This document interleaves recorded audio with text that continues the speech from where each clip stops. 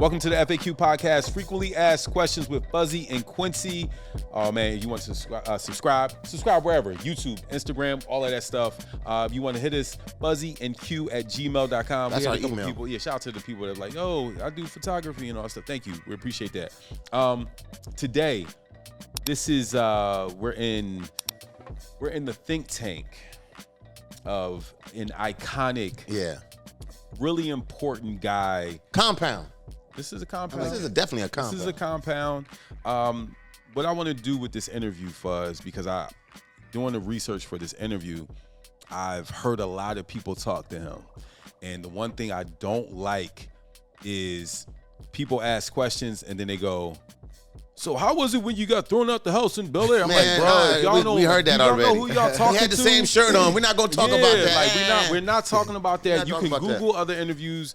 We're not talking about, oh, you had the first Grammy. Like, we get all of that. Like, they wasn't even there for that. So we know they boycotted the Grammy. We're not talking about that. Okay? Like, it's just we're gonna bounce around, but there's so many different things to talk to our next guest about. He's an icon, he's a music legend, and we thank you for allowing us into your compound, your think tank. Yeah, because we didn't have a place to shoot today.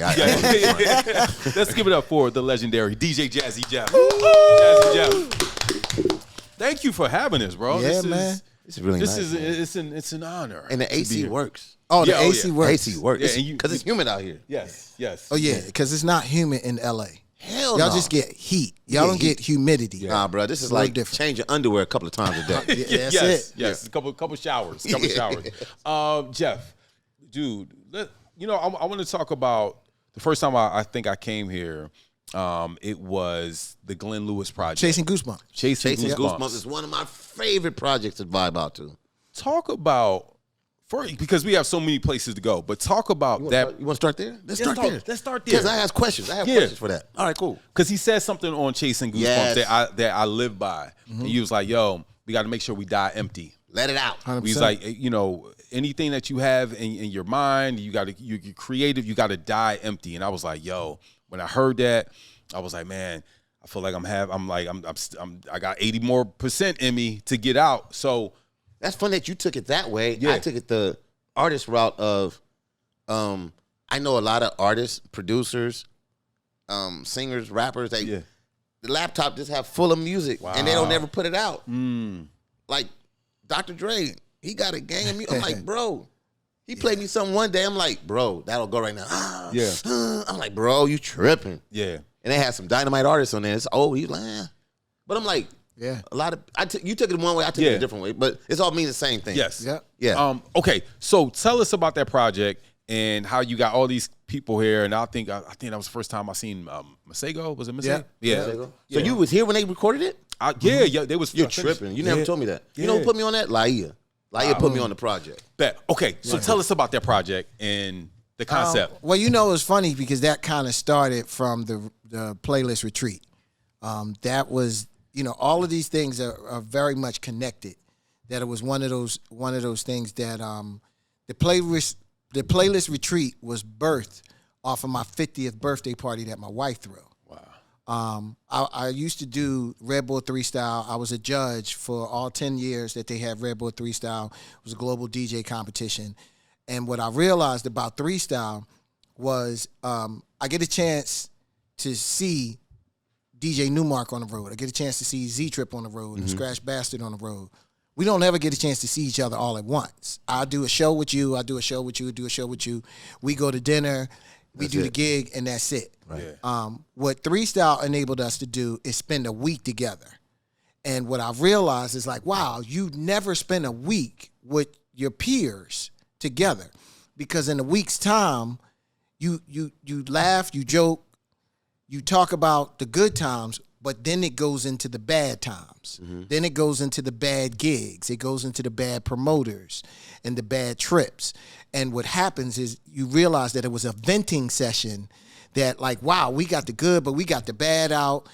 People start expressing some of their problems and issues, and we all got a chance to talk it out. So after that week, I was like, yo, I felt recharged. Like, we need to do that. So I look forward to 3 Style every year. Right. And I remember going to my wife, and I was like, you know what? I think I want to throw a DJ retreat But I was kind of like, okay, I just can't invite people to the crib and we just sit around. It has to be kind of mapped out. And I said it and just left it alone. 50th birthday party, my wife surprised me. I didn't know it was coming. And I was and I went through a level of being upset because the amount of people that knew, I felt like, oh man, like when I tell you I did it, I DJ for the NBA. I did the overseas game. Okay. So I'm in London. My normal flight from London leaves at 10 in the morning. I land at 2. I couldn't get on my normal flight. Like the flight was booked. So I had to get on like a 6 o'clock flight, and I landed that night. So when I landed, my wife is at the airport. She picks me up, and it was like, listen, you know what? I know you're going to go to dinner. She asked me what I want for my birthday. I said, I want to just have a nice, quiet dinner with some of the guys I grew up with. So she said, I know you're going to dinner, but I want to spend my birthday night with you. So I was like, all right, cool. You going to argue that So one. crew went home, went with my wife, went around the corner from the airport. She had a hotel room. My suit was in there. I'm like, wow, this is cool. Took a shower, put my suit on. She put her dress on, and we got in the car. And we started driving. Now, when we left the airport, we went south. Like, I'm coming home. Yeah. So I was kind of like, okay. In my mind, deep conversation. In my mind, I was like, you know what? Kids are home. We probably going to go somewhere nice to eat close to the house so we can be all right for the kids. We get off at the exit, and I'm kind of like, all right, this is weird. Like, maybe she left something at home. And we pull up to the top of the driveway, and she stops, and she says, babe, happy birthday. And I said, thanks. And she said, close your eyes. And I was like, what? And she said, close your eyes. So I closed my eyes, and I felt this driving down the driveway. I got a long driveway. Yeah. Now, I'm normally driving down the driveway and come in the garage. She drove around a circle because I felt this going around. And when she told me to open my eyes. I opened my eyes. It was 2 dudes in red jackets and heat lamps. So I was just like, this look like valet parking. Yeah. Why I got valet parking? At my house. She got me. Damn, she And you got knew me. nothing about Oh, it. nothing. Damn, Let me Leo. tell you something. The reason why I was on the late flight is all of my friends from London Was were on on, that the flight. early flight. Wow. It was people I saw, a couple out. Yo, really? Everybody. So, but and the way that my brain works is, my favorite group in the world is Moonchild. She had Moonchild there. Really? I had Listen, I had Moonchild full band set up in my living room. Oh, yeah. Go in the basement.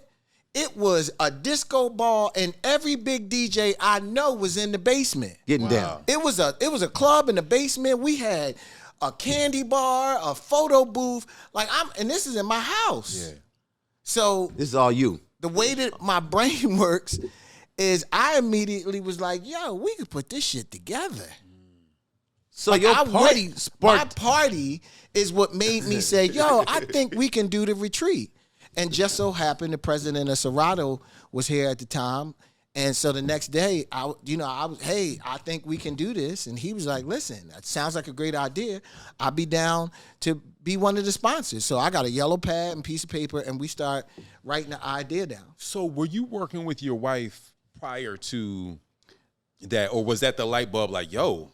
No, you know what it is? My wife is really smart. She's really smart. She's very, very, what's the word that I'm looking for? She's very practical. Like, it makes sense. If it don't make sense, and we have a motto between us that it only has to make sense to you. It only got to make sense to you. What does that mean? Because Explain you're that. going to do some shit that people aren't going to understand. It's not for them to understand. The only person it needs to make sense to Yourself. is you. Like, so, we kind of like, hey, we bounce ideas off of each other. Hey, babe, I'm thinking about doing this. Oh, you think about doing that? Oh, shit, I ain't think about that. All right, let's do it. So once I saw the planning and the execution, I was like, yo, we can do it. So we wrote down the idea. And the retreat, this was January. The first retreat was that August. And the way that we kind of did it is every time, you always going to make mistakes. What I like to do is whenever you make a mistake, I check that mistake off and say, next time we're not going to do that. We're never going to make the same mistake twice. Every mistake has to be new. So first retreat, our trash comes on Monday. Mm-hmm. The trash came Monday at 10 o'clock in the morning. At 2 o'clock, all of the cans were full. Because you got all these people here. Oh, got it. And I was like, oh, shit, I didn't think about trash. So we had to figure out what to do with the trash. We bought every bag of ice in the state of Delaware. We didn't think about ice. And it's August. Yeah, it's important. Yeah. So what happened the next year, we had an ice machine brought out. So it was really checking, trial and error. Trial and error. Yeah. Make a new mistake. But, what the retreat really was about is bringing people together. What I've realized is we are all in the entertainment business and we entertain people. We make people feel good. Who makes us feel good? Where do we have it? And I didn't realize that until all of the DJs got together. And I realized over a week, because when you first meet somebody, you ain't trying to tell them your problems. No. You're going to tell them all the good shit. Yeah. And it's not until you get deep in when it starts to, hey, man, I kind of think I'm drinking too much. Like, word? Like, yeah, man, when all of that stuff comes out. So I was like, yo, I really think we need that. Like, we are so busy. Yes, we are so busy offering therapy to everybody else. Who offers therapy to us? Wow. So it was really kind of this thing, that I was like, I picked up the phone and just started calling people. And it was weird because, like, hey, man, I'm throwing a retreat at my house and I really want you to come, but you can't bring anybody and you can't tell anybody. Like I told my wife, I said, let me tell you something. If somebody would have asked me that, if Dre would have told me I'm having a creative retreat at my house, you can't bring anybody, you can't tell anybody, I wouldn't have came. Right. And I was honest. I was like, yo, so I had to be lenient to the people who didn't come the first time. Because there were people that I invited. They didn't come. And they just didn't come. Because it was kind of like, yo, I'm not used to, I don't roll by myself. Yeah. But you start getting people to come. And it got to the point that when people started meeting in the airport, you kind of like, okay, you're in the airport, like, yo, where you go? Oh, you got what? And then it was like, what is it? So explain to everybody, what is it? Because how many retreats have you done? 5. And this Goosebumps, was that the last one? Goosebumps was off of the 4th. Okay. And I'm mad at you because I followed it on YouTube. And I'm like, this is an amazing concept to bring producers, writers, creators, songwriters, because you had everybody here. Then I'm like, they did this in a week? Was it a week? 7 days. So y'all put together a whole album in 7. Like Glenn Lewis is one of my favorite Listen, not singers. just put it together. Like we wrote it, produced it, recorded it, mixed it, got it mastered, and released it in a week. Let me just say, I will never do that again. I'll never, that was a lot of work, but it was, after the retreat started bringing people together and people started understanding, because what I realized is this generation, a lot of artists and a lot of producers do not know how to collaborate. It was the most shocking thing in the world because the first retreat, one of the exercises is like, yo, I'm putting people in groups and I'm going to give you some source material and you guys have to make a song off of the source material. And it was groups of 4 and you started getting 4 songs back. And I'm like, no. Y'all supposed to get together. And work together. And I'm realizing like, wow, because I'm the studio guy. Yeah. And I'm watching these guys that I know, I play their records. And I'm kind of like, hey, what you got in the studio? And they're like, my laptop. And I was like, so what's in the studio? And they're like, I don't have a studio. I got a laptop. And I'm like, damn, I got a laptop and a studio and a smaller studio and and you guys are just making music. So it was a two-way lesson. What people thought at the first retreat is this was the young people being schooled by the older ones.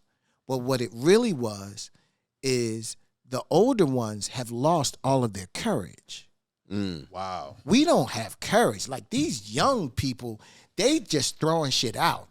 I'm releasing it. I made it today and I'm gonna release it tomorrow. They not worrying about the mix. They not like, and I started paying attention to how they move. They're looking like, oh my God, I'm getting guidance from you.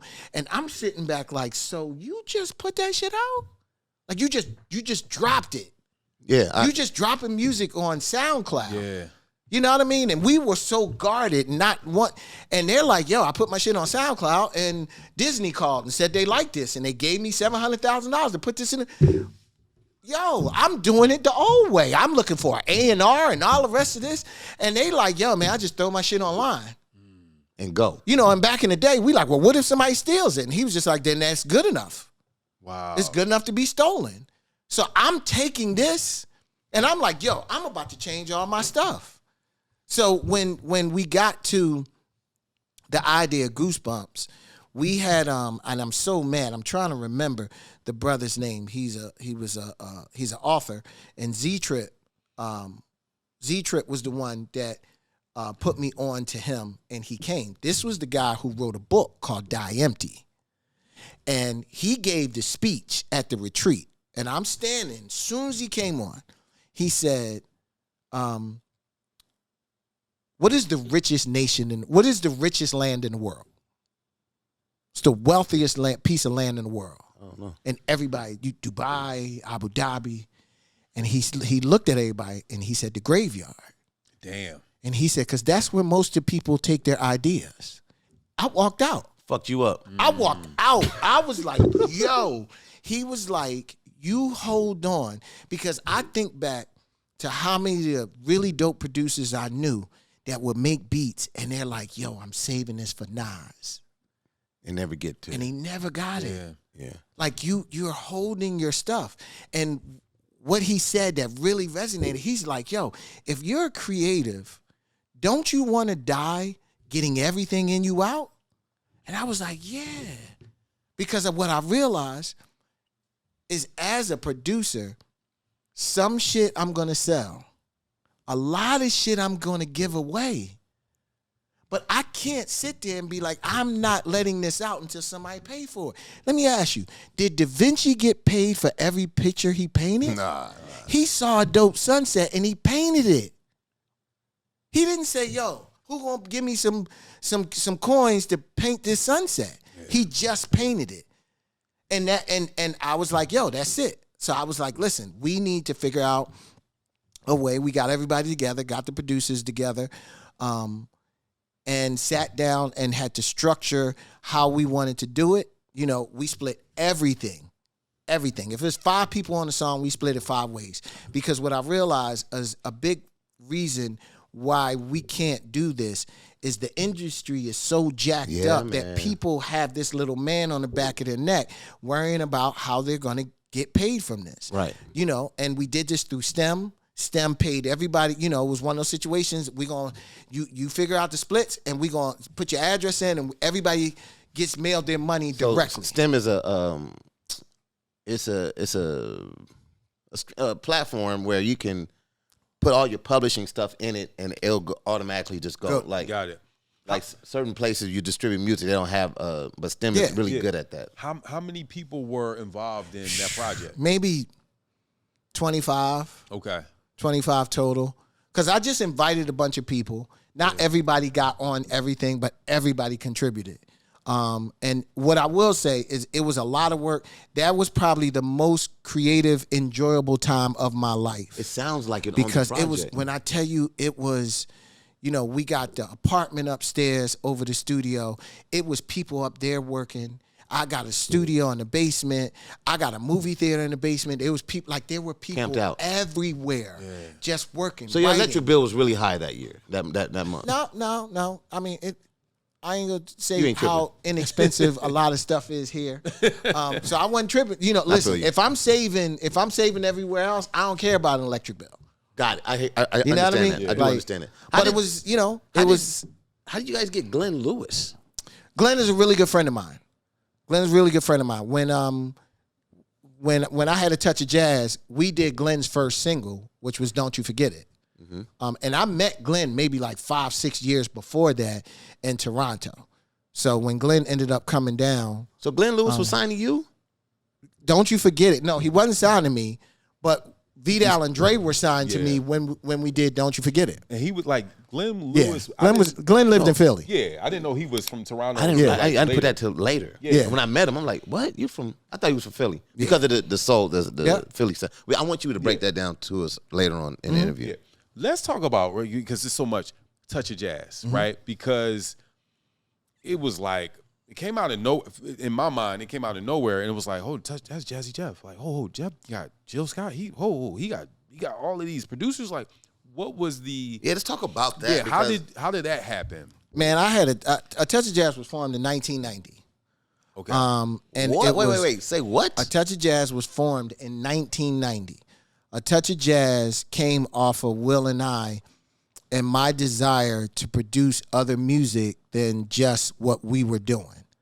In 1990, you could not be a hip-hop artist, a hip-hop producer, and do anything other than hip-hop. The world wasn't accepting that. Right. Just like in the beginning, a hip-hop artist wasn't accepted acting. Like, Will broke through all of that. Yeah. You know, I remember all of the criticism, you know, you can't do this and you can't do that. There were a lot of invisible walls that were put up that people said what you could do and what you couldn't do, and it wasn't really a reason. And like I said, I'm an extremely logical person. I'm going to ask why. Right. Why? Like, is there a reason? What's the reason? Talk to me. So when we, you know, I basically started a Touch of Jazz to hide behind it, to do whatever I wanted, you know, and people not know. Wow. But, you know, and from the beginning in 1990, right after I started it, I found Vidal. I found Keith Pelzer. I found Andre Harris. Like, we were together for almost 10 years before things popped. Like, I had that studio, 444 North 3rd Street, for 10 years. 10 years. And I'll even go a step farther. We had an artist that was signed to Elektra that if I played you that album, you would think it would be Jill's album. That was Jill's 10 years before Jill. So we were on that. All these guys were from church.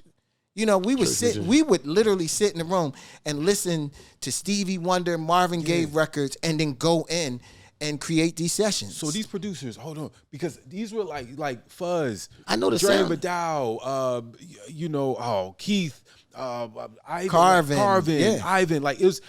So you found these guys, and they're like, they were young then. Yeah, how old? Well, Vidal was 16. That's crazy. 16. Dre was 16. You know, Carv came to me. Carv was a rapper. Did you put them together? Were you like, okay, y'all two need to work together? No. Okay. Listen, it was all 6 of us. Wow. It was all 6 of us. And I was flying out to L.A., doing a Fresh Prince of Bel-Air, taking all my money, coming back, putting it in the studio, because we weren't getting anything placed. I was paying the rent. I was buying the equipment. But it was kind of like we had a training ground. You know, there was a couple of things that it was hard for people to believe. We never had an engineer at a Touch of Jazz. So it was just y'all doing it, everything. We did everything. All right, I'm going to break it down, though. Touch of Jazz is a song on the first Jazzy Jeff Fresh Prince album, right? Mm-hmm. And that was just an instrument. Is that considered an instrument? It was an instrumental at first. All right, because my thing is, this is where I'm going to break it down. Like, this was my bonding with my uncle. Like, this is my hip-hop. They was jazz heads. Yeah. Like, me growing up, listening to Bob James. And, you know, that whole little, you know, I'm like, oh, Unc, I got some hip-hop, but you know these records. He's like, what are you talking about? So I play him a Touch of Jazz. Mm-hmm. He's like, oh, man, I know what that is. And it had a bop to it. And I'm like, it felt like I'm listening. Now, this is me and my Uncle Mikey connecting. And I'm like, he's like, that's nice, man. That's dope. And I remember listening. But that was my brothers. You know, my brother, you know, played bass for the Intruders. And what? Listen, man, like, so you grew up seeing this? Man, they would have rehearsals in my basement. The Intruders? So I would sit on the top step. I would sit on the top step and watch, and it was. But everybody wanted to be in a band. Like, and what happened was, as soon as I got into my teenage years, it was the birth of hip hop. So it's kind of like, damn, I would have been a drummer. Damn. But now hip hop, like, this is mine. This is mine now. I'm running with it. Let me grab some turntables. Let me be the guy in the neighborhood that I want to play all of the records for everybody to dance. So the music has always been there in me. And because it was a thing of every record that I've ever played, I wanted to know how they made it. What's that sound? Really? What was that instrument? So as soon as we started making any money, I started going down a rabbit hole. Like, you know what? I'm gonna buy a board. I'm gonna buy a tape machine. I'm gonna start recording my own self. And I got a question then. So clearing those records back in the day. No. There was no clearing. There was no clearing.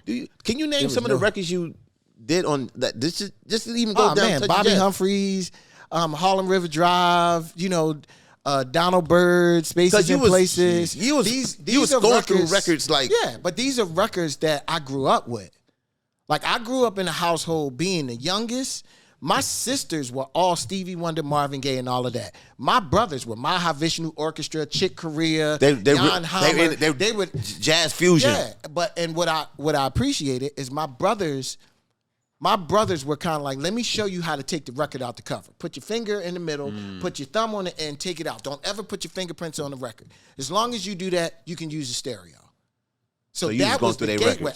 I'm 10 years old making Herbie Hancock tapes. Because what I'm doing, not knowing, is anything that is giving me some kind of emotion, I'm putting on a tape. And I don't understand it. I'm not quite sure why am I feeling like, and this is something that every human being on earth shares, and they don't understand. People who go down that rabbit hole to figure it out kind of understand, what is it? What is your chord that someone can hit that make that tear go down? What is the chord that someone can hit that bring that smile on your face? Like, all of that is real shit. And I'm feeling this at 10, not knowing. So all I'm doing is like, okay, I got to figure out. I need to figure out, like, what is making me feel, what is giving me these goosebumps? Yeah. Like, quietly, that's where the chasing goosebumps came from. You are chasing goosebumps. We are trying to make some music to give goosebumps to people, because that is the musical connection that we all have. See, this dude. All right. Because we got to pause that, because it's a lane that we can go down for that we got to get back to. I'm gonna remember. We'll get there. You're spending this money with a touch of jazz, and you're making this money, you're a smart dude, so you kind of see what's going on with Will. Like, I don't know how long this is gonna last, because you could see his trajectory was going 100%. Out of here, right? So you're spending this money, and you're putting it into the studio, and stuff is you're not getting placed. So Touch of Jazz was a studio in Philly? Yeah. It was a studio production company. Yeah. And the funny thing, when I opened up the studio, I laugh. When I opened up the studio in Philly, all of the guys, all of the main guys in the studio, Sigma, all of those guys, they came to visit me, like one by one, because, I knew them all, because we all recorded in these places. And they all came to visit me. And what I've realized after maybe the third one came is, you're coming to see if I'm about to be competition. And this goes back to my point that I told you earlier. And I was like, no, I'm not open to the public. I am a production studio. And they were like, what? And I said, I'm starting a production company. I just don't want to spend the money in your studio. So I want to build my own studio, because the way that I looked at it is, if I get enough production and I own the studio, it pays for itself. 100%. I learned that from being on Jive, Will and I, that I'm like, yo, we go to Battery Studios to record. And I was like, oh shit, Jive owns Battery. Yeah. Jive owned Dream Hire, which was the equipment rental. So you come in and you don't have something, hey, rent it from us. So I'm like, wait, so you're gonna give me a $200,000 budget, and and I'm gonna give it all back to you. I'm renting the studio from you. I'm renting equipment from you. And I was like, yo, this shit is smart. So I'm going to do it, to the point that when I opened up A Touch of Jazz, the president of the Jive came to see me in Philly because he wanted to make sure, like, let me just make sure he ain't got no 4-track. Like, you know, like I had to show them that I had a real studio, because now I'm about to send you an invoice. And you pay me. And you pay me back. So it was kind of like, okay, I see this. But you know what's funny? The day that Will and I got together officially, after that first house party, we sat on the step and Will was like, you know what? I want to be the biggest movie star in the world.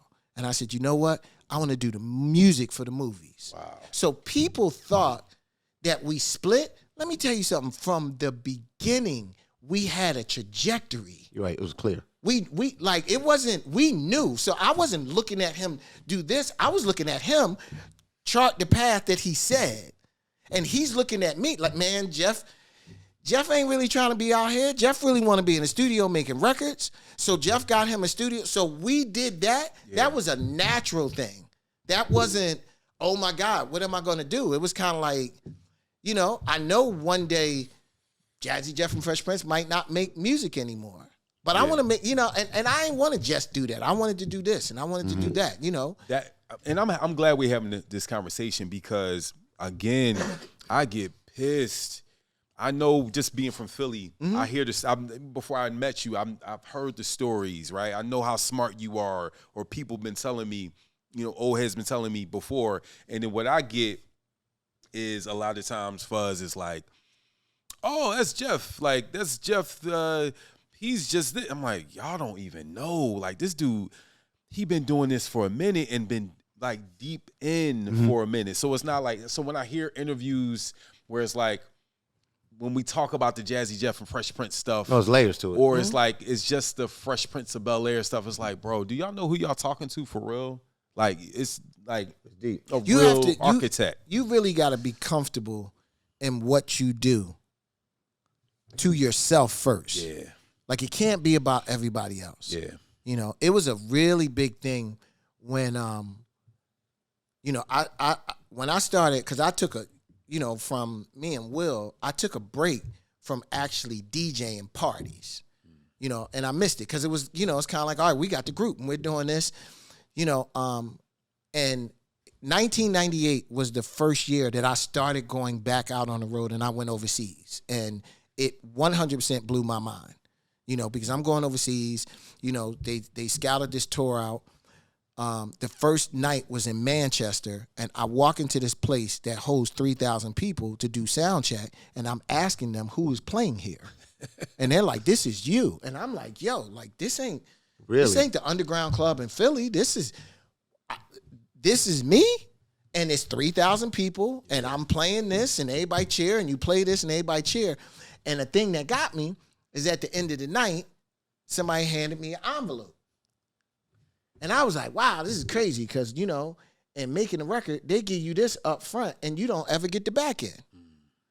And I got this tonight, and I'm going to get an envelope tomorrow night, and an envelope the night after that. Run it up. And I was like, man, this is crazy, because how did I go from DJing to producing to owning a production company to putting out artists back to DJing? Like, I was like, this is crazy. And understand, it's the foundation. 1998 was before the bubble. It was before the DJ bubble. So I'm going out. Yeah. And I come home 60, 70 grand in my pocket. You know, and I'm like, all right. And then they call and be like, yo, they loved it. They want you to come back in a month. Word. And I went the second time. But, you know, I'm coming home to speakers being blown in the studio. Owning the studio is some shit. You know, speakers being blown, you know, microphones being stolen. You know, I felt like every other month I'm buying $2,000 worth of cables, because there's little stuff that people are setting up their own studios when they come in, and then I'm not there. You know, you got 6 producers. I don't know who's there at 2:00 in the morning. Yeah. Who, you know, who's doing something. So it was crazy. By the third trip, I was like, yo, third trip I went to Asia. And I went into this mall. Went to this mall in Thailand. And the whole mall was illegal. Whole mall. whole mall.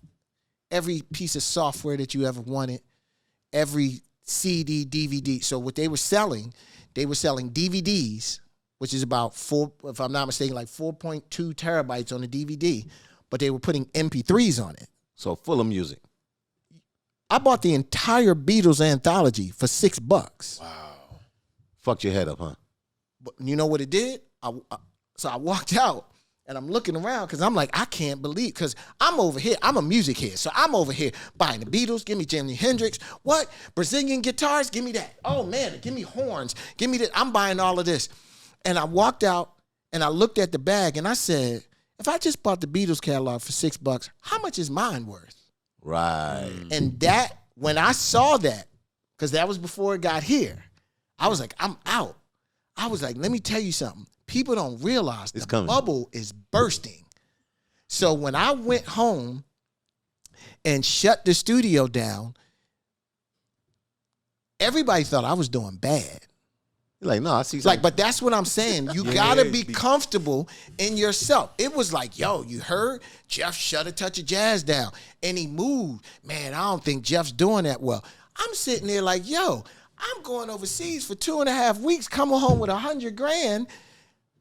And that's when I discovered down here. Like, whoa. So I'm spending all this money. I got a condo on the waterfront that I'm spending $3,000 a month, $1,500 in condo fees, $175 per parking space. I got 2 parking spaces. I'm spending $8,000 a month in rent for the studio, equipment, all the rest of this, and I did all of that shit with one move. I put the studio in my basement. And the crazy thing is, when I moved, I didn't tell a soul. It was about 7 months before a fight came on, and I picked up the phone. Omar was in town, and I called James Porter and was like, yo, come down and watch the fight. And I stood on the steps and watched James pull up. Just to react. Just to see, because it was kind of like, yo, what is this shit? What is this? And I was like, yeah, I know everybody thought I was doing bad. And I started breaking it down. I was like, yo, because at that point in time, all of those guys start getting hit with we not getting $35,000 a track no more. Yeah. Like you started to see the walls closing. All I did is I forecasted. Like, nope, I see where this is going. The bubble's about to burst. It's about to burst.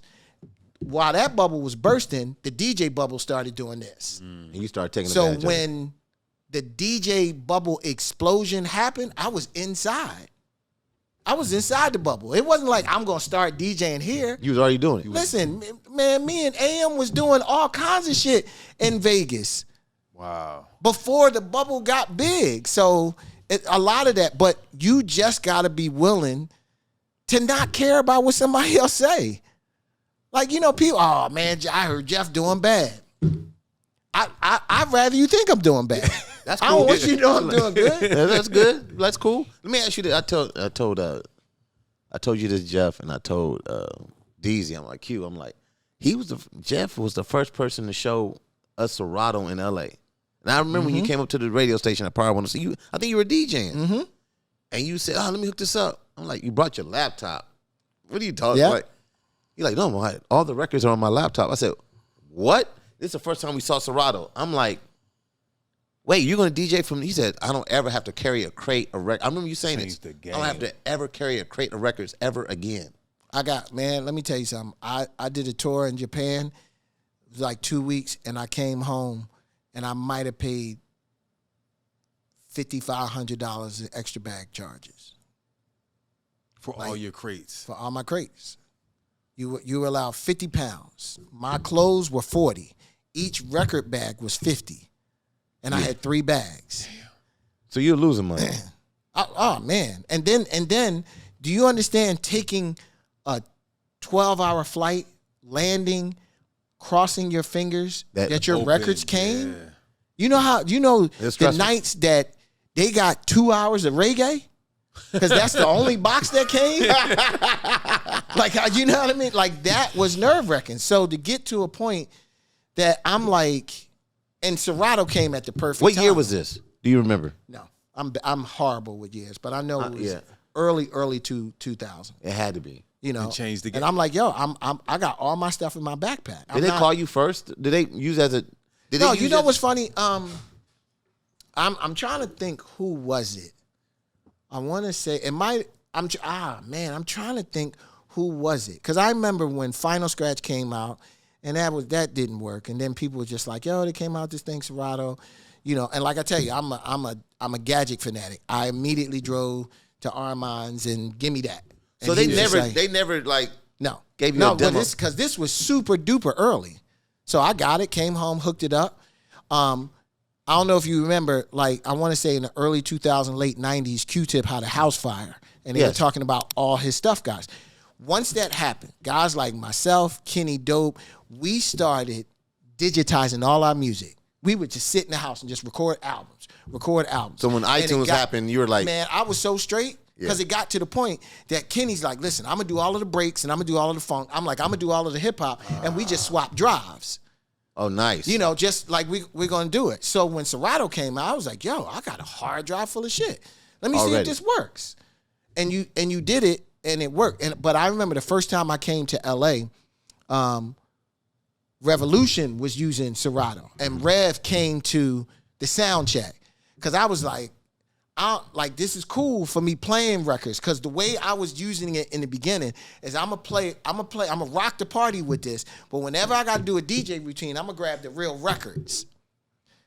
Because I couldn't get it right. And he was like, yo, you got the latency wrong. And he dialed it in, and once he dialed it in, and I was like, oh shit, I'm good. So I started, you know, and this is early days, man. Serato would crash, and it would take 22 minutes for that shit to boot back up. So I would have like 5 or 6 records just in case. Just in case, right? You know. We know what Serato is, but can y'all break down Serato for the regular person that may not know what Serato is? Serato is a way to DJ through time-coded vinyl. On a record, it's just a tone, but that tone triggers the music that's in your computer. So you stop it, you scratch, it does the same thing. So what it enables you to do is I never have to take these 2 records off. I never had to change these 2 records out. I only change them on a computer. Yep. So now I can travel with 100,000 records in my backpack. Like, and you're not going to charge me extra for baggage. It's not going to be lost because it is on my back, you know, at all times. That should carry on. That's it. Yeah. But that is, to me, that made my life 10 times easier. Traveling around the world. And there's no excuse. You have everything with you. So and that's not always a good thing, though. Really? Why you say that? You got a lot of records in your crib? Of course. Do you know where everything is? No. Imagine that. You got on like people don't understand. Like you gotta. You know, when I used to go out, you set a crate. And I go on the wall and be like, I'm gonna play that. Oh man, I'm drop that, do this. You set your crates up and you take your crates out. Having 100,000 records, man, there were times that I was like, I don't know what the fuck. It's like it's too much. Yeah. Too much. Like you gotta. I started setting my Serato up like I used to set my records up, and that was the only thing that made sense to me. Like crates or playlists or. That was the only thing that made sense to me. Wow. And you still do you do that to this day? 100%. Got to. 100%. Because I get, especially now, I get so much music every week. You're trying to, you know, and it's stuff that you really want to play. And there are times that you forget. You know, I got 4 months in and somebody will play something. And I was like, that shit is crazy. You forget to get to it. I had that for 4 months. You like, forgot what's to get the to name it. of that? And then you got to do a search. And it's been sitting in this mystery folder on the side that you never imported into your computer. I got a geeky sound question. So how did you feel when the CD boom came? I was cool. I mean, that never changed, you know, through all of the different mediums. You know, vinyl was here. You know, vinyl was around, 8-track. Vinyl was around when 8-tracks was around. Vinyl was around, cassette was around. Vinyl was around when CD was around. Now the CD started to push the vinyl out a little bit.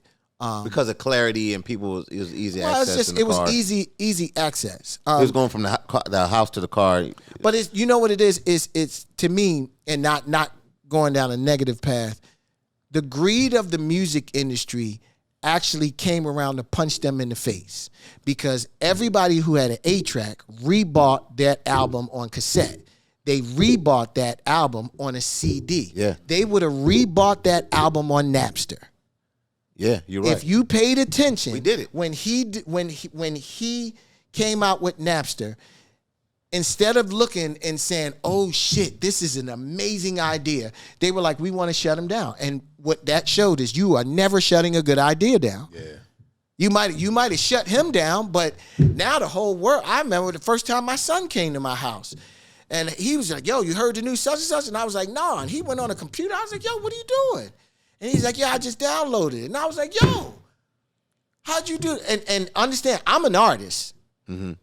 But you're also an artist that you kind of like, man, I ain't never got paid the money I was supposed to get paid. So if I'm making more money from being a DJ than being an artist, then the record is more important to me. So it was kind of like, yo. So anything that I could think of, you download, oh man, that's bad quality, but this one is a good one. But it was a great idea. Yeah. And we never went back. So yeah, I tell people that to put in today's perspective, like back in the late or the 90s and early, I would have paid $10 or $12 to have a full access to stream whatever or buy. Oh, you would have bought, because I remember I used to spend 100 times. Bro, I remember sitting with Troy Carter, and I'm like, he's like, we buy the music. This new generation, they stream the music. I'm like, stream? I want to own it. Like, I want to own it, right? Yeah. Well, because you're used to owning it. Yes. You're used to having something tangible in your hands until you start realizing, like, this is a different time. Like, those are to me the things that coming from a different generation, you always have to have an open mind to what's next. Yep. So what's next, Jeff? Oh man. Because he knows. Well, you know what it is.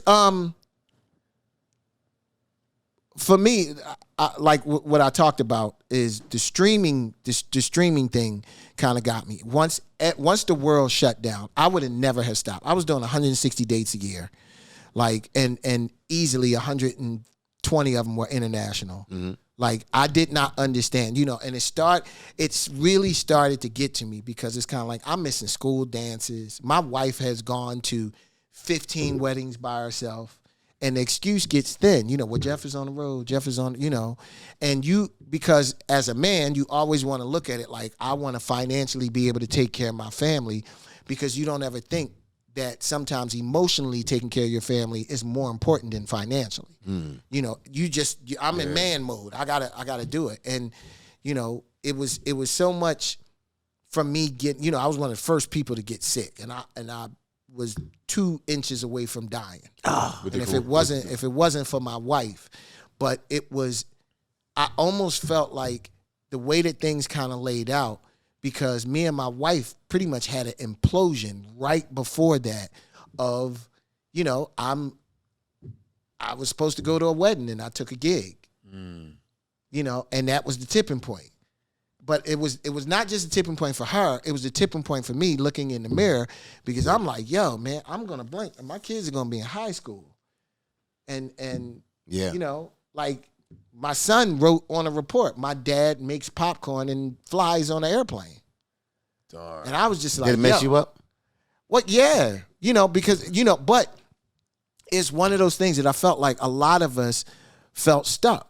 Like, you're kind of like, okay, so what am I supposed to do? I've been doing this shit for 30 years. What am I, like, and I was kind of like, yo, I got to do something. And then all of a sudden I get sick and the entire world shuts down. And I remember laying in the bed, damn near on my deathbed, and I remember saying, you know what? I will give everything I have up to take a walk with my wife and kids. Wow. And, and when I came out of it, it was kind of like, yo, like I got... I don't know. It was a weird time because, I'm going through something weird. Now I'm looking on TV and there's nobody out. Everybody is panicking, trying to figure out what are they doing. D Nice is playing music, and I'm on my deathbed listening to D Nice. Like, yo, like, man, like this makes me feel good. Like he's playing music. Yeah. How long were you sick, Jeff? Because I know we heard that you were sick, and shout out to Charlie Mack and other people would say about 2 weeks. So the funny thing is, the last tour that I did, we left the day after Christmas and came home the beginning of February, and it was all throughout Asia. So we're hearing it. I'm over there, you know. And so you at the beginning part when it's in Asia. Oh, and yeah. But see, you know what it is? I mean, I got so many friends over there that you get the truth. Man, let me tell you something. I've watched CNN and watched them say that it's this massive protest in Bangkok, and I'm standing on my balcony watching all of these people walk by, and I was just like, man, y'all lying. Y'all lying. So I want to get the real report. I know y'all trying to sell newspapers and all the rest of that. So I'm asking my friends. The last 2 shows we had on the tour was in Indonesia and in Hong Kong. We land in Hong Kong. My man picks me up from the airport. Yo, you got to tell me what's up. He said, come on, man. We dealt with SARS. We dealt with all this. You know, we always wear a mask over here. He was like, and that shit is 6,000 miles away. So I was like, cool. So I go and do my normal shopping in Hong Kong, do the show. We go back to the airport the next morning, and that shit was under bubble wrap. What? And I was like, yo, I heard what he said, but this airport don't look like that. Yeah. And we flew to Indonesia, and when I landed and walked in the hotel and turned the TV on, they were like, we just shut the Hong Kong airport down. Damn. And you just left. Oh, I just left. So it was kind of like, okay, something's happening. And we get on the plane and we fly home. So I have to fly to Vancouver, land in Vancouver. I stay in Vancouver for 2 days, and then I go up to Banff in Canada. I landed in Vancouver, cleared customs. I walk out of the airport. My phone goes off. Kobe Bryant was killed in the plane in a helicopter crash. Like, when I tell you it was like this. So now I'm in the hotel in tears, bawling my eyes out. Yeah. Like, I don't know what's going on. And I end up, when I finally came home, I had one more date to do before I was off for 2 months. And the date was in Ketchum, Idaho. And it was a ski thing. And I flew to Ketchum a day earlier because it's crazy to get to. Sat in a hotel, you know, made a bunch of beats. No, I'm good. Okay. Made a bunch of beats. The next day, walk up the street to sound check, come back. The show comes, we walk up the street, because right up Ski Town. Walk up the street, go in the basement, in the green room, come upstairs, slap people high five, get on stage, we rock for 2 hours, come back, go up the street, get on the plane, fly home. I'm like, I'm home. Yeah. As soon as I get home, tell my wife, now I land on a Saturday. My mom is 92. I go and see my mom Monday.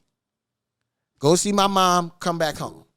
Tuesday, Wednesday, I look at my wife. I was like, yo, I don't really like what they saying. I really think we need to, because she always jokes with me that I'm prepared for the apocalypse.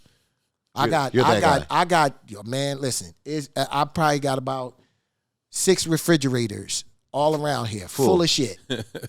You got, I get mini Costco. Right. Man, listen, alcohol, green, like whatever. I'm like, yo, when it go down, it's going down. I'm good. So I'm, she's laughing at me like, no, I think I really, I'm just checking the temperature. So we go out. Nobody's out. Costco, BJ's, supermarket. Get to BJ's, phone goes off. Tom Hanks, Rita Wilson test positive. So now it's like, whoa. And that was the first celebrity Listen, here. that's when it was like, wait a minute. Yeah. So this don't skip people, and then Rudy Gobert tests positive and the NBA shuts down. Yeah. So we're like, yo, can you imagine what the store gonna look like tomorrow? Because we thinking we beat it. I turn and look at my wife and I say, babe, I don't feel good. Oh. And she was like, what's wrong? And I said, I'm just a little achy. She said, you know what? Well, we got all of our stuff.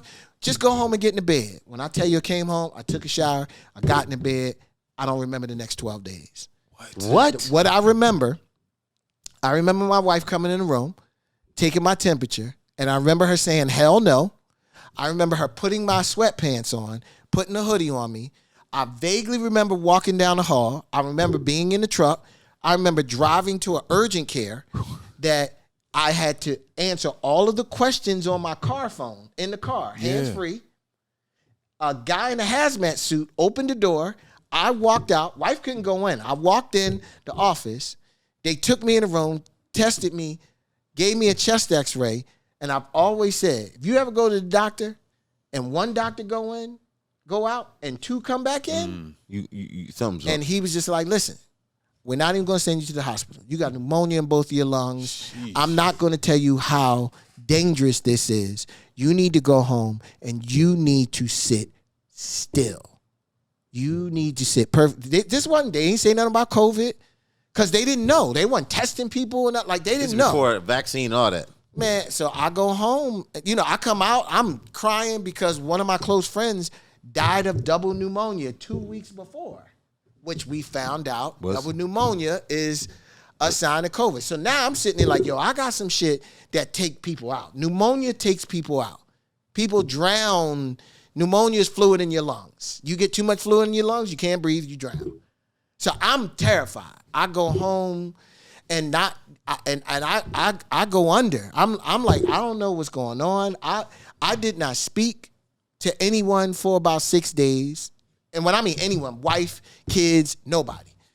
I did not eat for 10 days. Damn. Like it was to the point, and I'm hungry. Tell my wife, I want something to eat. She made me some soup, bring me some crackers. She set the tray down, and I just looked at the tray. Soup get cold, she take it away. And I didn't realize until I asked for some soup, and she brought it, and I took the spoon, and I put it in my mouth. Couldn't taste When I it. took the second spoon and put it in my mouth, I looked over, and she was in the corner on some Blair Witch shit. And I looked like, I was just like, yo, like, what's up? And she turned around, and she was bawling. What? And she was like, yo, you do not understand what it's like to watch you not eat. I lost 30 pounds. What? I got a picture of myself. My beard was out to here, and my neck was that big. I lost 30 pounds. And I didn't pick up my phone. I wasn't on social media. Right. I wasn't talking to nobody because, understand, I'm sick, but I'm also looking at CNN. I'm like, there ain't nobody in Times Square. I ain't never seen this. There's nobody in Red Square in Moscow. There's nobody downtown LA. There's nobody in Piccadilly Circus. I was like, nigga, this is I Am Legend. Yeah. Yeah. Wow. I was like, yo, so I'm going through it both ways. Like, wow, like we ain't never seen this like that. You seeing it, And you I'm feeling it. And you, so my once gosh. I started coming out, it got to the point, like the first day that I walked from my bedroom to the kitchen, like I had to sit down for about an hour. Like I was. And when did you? Oh man, it took about 2 months. It took about 2 months for me to kind of get myself back because what they said is also as soon as you start feeling better is when you're most vulnerable. My friend that died felt better and went to work and dropped dead at work. Damn. What? So it's kind of, so now I'm taking all of this in, so I'm not rushing it. The first thing, and it was crazy because the first thing that I had a taste for is I wanted Rita's. I wanted a water ice. Yeah. So my son ended up going to Rita's with a mask on, and he's terrified, but he's like, pop, want a water ice. And I was like, because I needed something cold and refreshing. Yeah. And that felt better for you. Oh man, I love it. Water ice and milkshakes. I was tearing that shit up. Did your wife and kids, did they So get this sick? is the funny thing. My wife got it. She lost her taste and smell for a day. Pretty sure that the kids got it because no one, It was early. She kept the kids out the room because she didn't want them to see me in a condition that I was. But it was literally one of those things when what got me scared is I got my mother-in-law. Like my mother-in-law moved from Chicago, and once everything happened, I just told everybody, come here. Like, listen, if it's once again, if the apocalypse is going down, we gonna be together. Yeah. We gonna be holding hands with a drink or something. Right. So she was there and she got sick. She got almost as sick as I did. Darn. But So you was now- early in it when you got sick. Man, this was. Listen, He probably was on it before they called it COVID. Like, I'm getting better. I'm getting back up. And a journalist hit my wife and was like, "Hey, I'm just trying to find out how is Jeff." So I'm tripping because no one knew I was sick. yeah. Now what I did realize, it got bad. I didn't realize how bad it got until when I got better. I didn't realize my wife started making calls. Like my wife called my mom, my wife called Will, my wife called Charlie, because she was like, yo, I don't know. Damn. So when you say it was touch and go. It was there. And because Will said to me, Will was just like, yo, you know me, I'm cool through everything. He said, Lynette don't call me. So when she called me, he was like, yo, I got shook.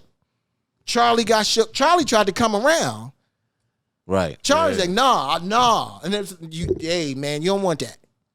Yeah. You don't want that. So when I started getting better, when the journalist called, I was kind of like, but he was like, I'm trying to find out how Jeff is doing because the party that Jeff did in Ketchum, Idaho, like 50 people died. What? It was the nation's first hotspot. Super spreader. So that's when I was like, wait. I had COVID? Oh, I'm thinking I had pneumonia. Yeah. What? So now understand, I still have the video on my phone of me walking through the crowd slapping high fives. Oh my goodness. You know what it's like looking at that and you trying to tell me that 50 people here died? So I was like, hey, I said I just wanted to walk with my wife and kids. Yeah. I was like, I got to change some stuff. So I look at it like I needed a reset, and I feel like God reset everybody. Yeah. Yeah. Like he ain't like, you don't need a reset. I need to reset the globe. So that party, definitely, you were like, this is where I had to get it at. Oh, 100%. Yeah. The COVID Bukkake Fest. Yeah. Man. 100%. What was the terrible? What new meaning or new purpose did your life have after coming out? Everything is not about work. Everything is not about work. I did not wish to get on the stage again. I didn't wish to go in the studio. I wanted to go for a walk with my wife and kids. Yeah. Life is valuable. Like it was like, you know what I mean? And I laugh because I'm one of those people that is kind of like understand the signs. And it was like, oh man, this is crazy. You know, but it was kind of like, all right, it's just me and my wife. It's just me and my wife. You know, everything goes away. You ain't got an agent. You ain't got a manager. You ain't got nobody because there ain't shit to manage. It ain't shit to book. So it's just me and my wife. And Adidas called for me to do the do-over. It's like, hey, man, you know, heard you, you know, because once it came out that I was sick, I ended up doing CNN because then it became a thing of I'm sitting there saying, I'm watching all these people say this shit ain't real. And I'm like, you know what? I need to let y'all know. Listen, I am just here to tell you that shit was no joke. None of y'all want this. Yeah. I understand the conspiracy theorists and the government and something. Hey, man, I ain't out. saying none of that shit. I'm telling you from a brother from West Philly, that shit is real. Yeah, and you don't want that. And I'm in fairly good shape. So now I'm looking at all the people like, you definitely don't want that. Because you don't take care of yourself. And the first thing, because all this does is open up all of the doors that's messed up inside you. You got high blood pressure. Oh, man, we going through that door. You got diabetes. We going through that door. So I'm like, yo, y'all need to chill out. Yeah. You know, and when Adidas, this was the first time that I became the meme. Because I'm laying in the bed next to my wife. And she got this frown on her face. And I was like, what's wrong? And she's like, I'm arguing with this woman that's saying that you are in intensive care in the hospital. So this is when it came out. And she's like, no, Jeff is laying right next to me. She's like, no, my aunt works in this hospital and Jeff is in intensive care and something says. So then I'm like, see, here we go. You know, like, everybody don't need to be the first person to break the news that somebody died and all the rest of this. You know, you ain't never think it was going to be me.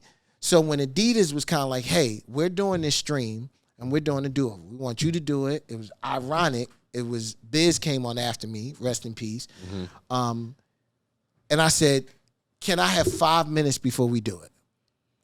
And they were like, yeah. So it was like, cool. So we, you know, the funny thing is I had already set up. The irony is Dan is a gamer. You know, my streaming guy, he's a gamer. Dan introduced me to the people at Twitch a year before this all happened. I'm on the phone with them. Like, hey, I want a DJ here. And they're like, oh my God, we got a couple people that DJ. We ain't got nobody like you. So we had everything set. We had the switcher. We had, you know, the GoPro, and like we had all of this stuff to potentially do this, and I was going to do it once I came home from tour. So I had a table with my equipment set up. So when they asked me to do it, we just wheeled the table out. and set everything up and was like, all right, we going, we going to do this. And I got on and I gave a 5-minute speech. Like, listen, man, I know everybody out there, I appreciate all the well wishes. I just want to say, yes, I was extremely sick. I wasn't in the hospital. I wasn't in the wheelchair. And y'all got to stop spreading these rumors. Like, these are people's lives and all the rest of that. And, said what I said and played. I played for an hour. And when I was done, I was like, yo, it's 5,000 people there. It's 5,000 people on Instagram? There ain't 5,000 people at the show. Right. Yeah. Like, wow, this is crazy. Like, okay.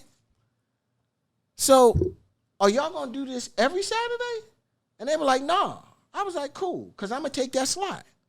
And that's where the 3 o'clock on Saturday came from. Because the very first stream I did for them was 3 o'clock on Saturday.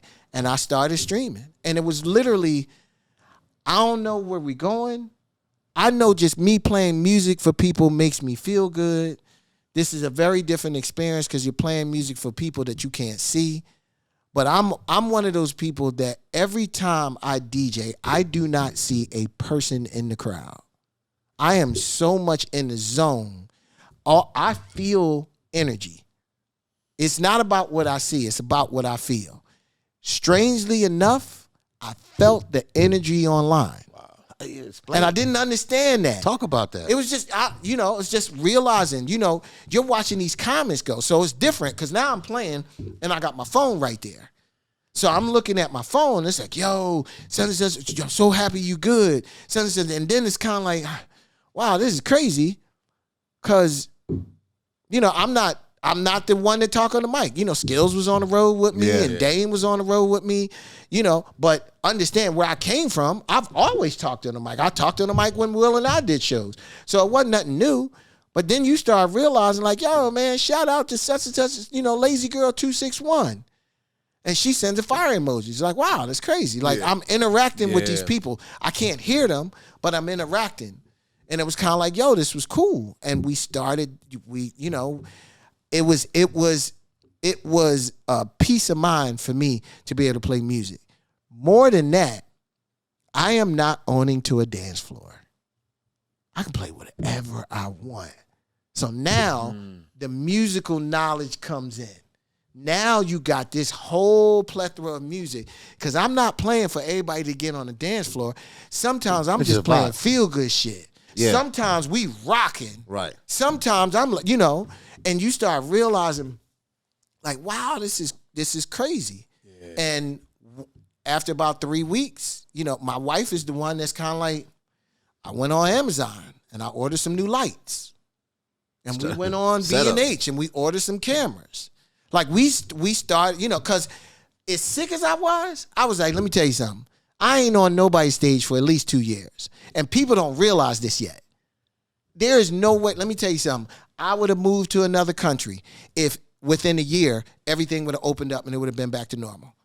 That would have been the biggest scam in the world. I was like, let me tell you something. People don't realize how bad this was. I actually feel we opened up way before we should. Me having all of the international friends I got, you know how many friends I had call me from Ireland? Fuck are y'all doing, dog?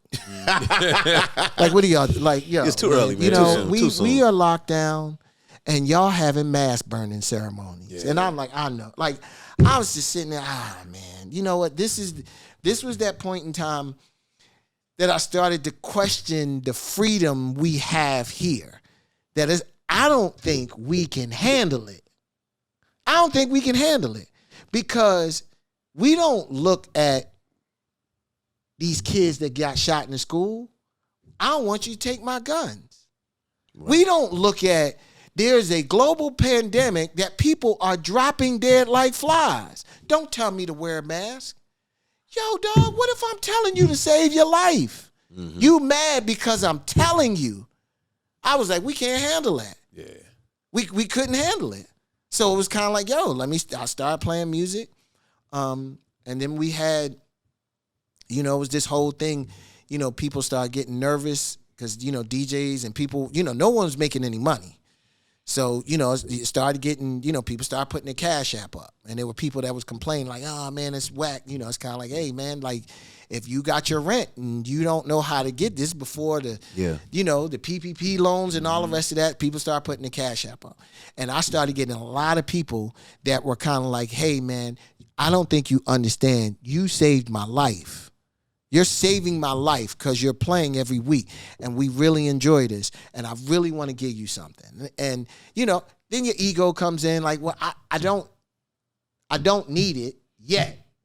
Right. We ain't get to that point. Like, we got enough that I think I'm going to be cool until we not cool. But it's still a service. But it was kind of like, okay.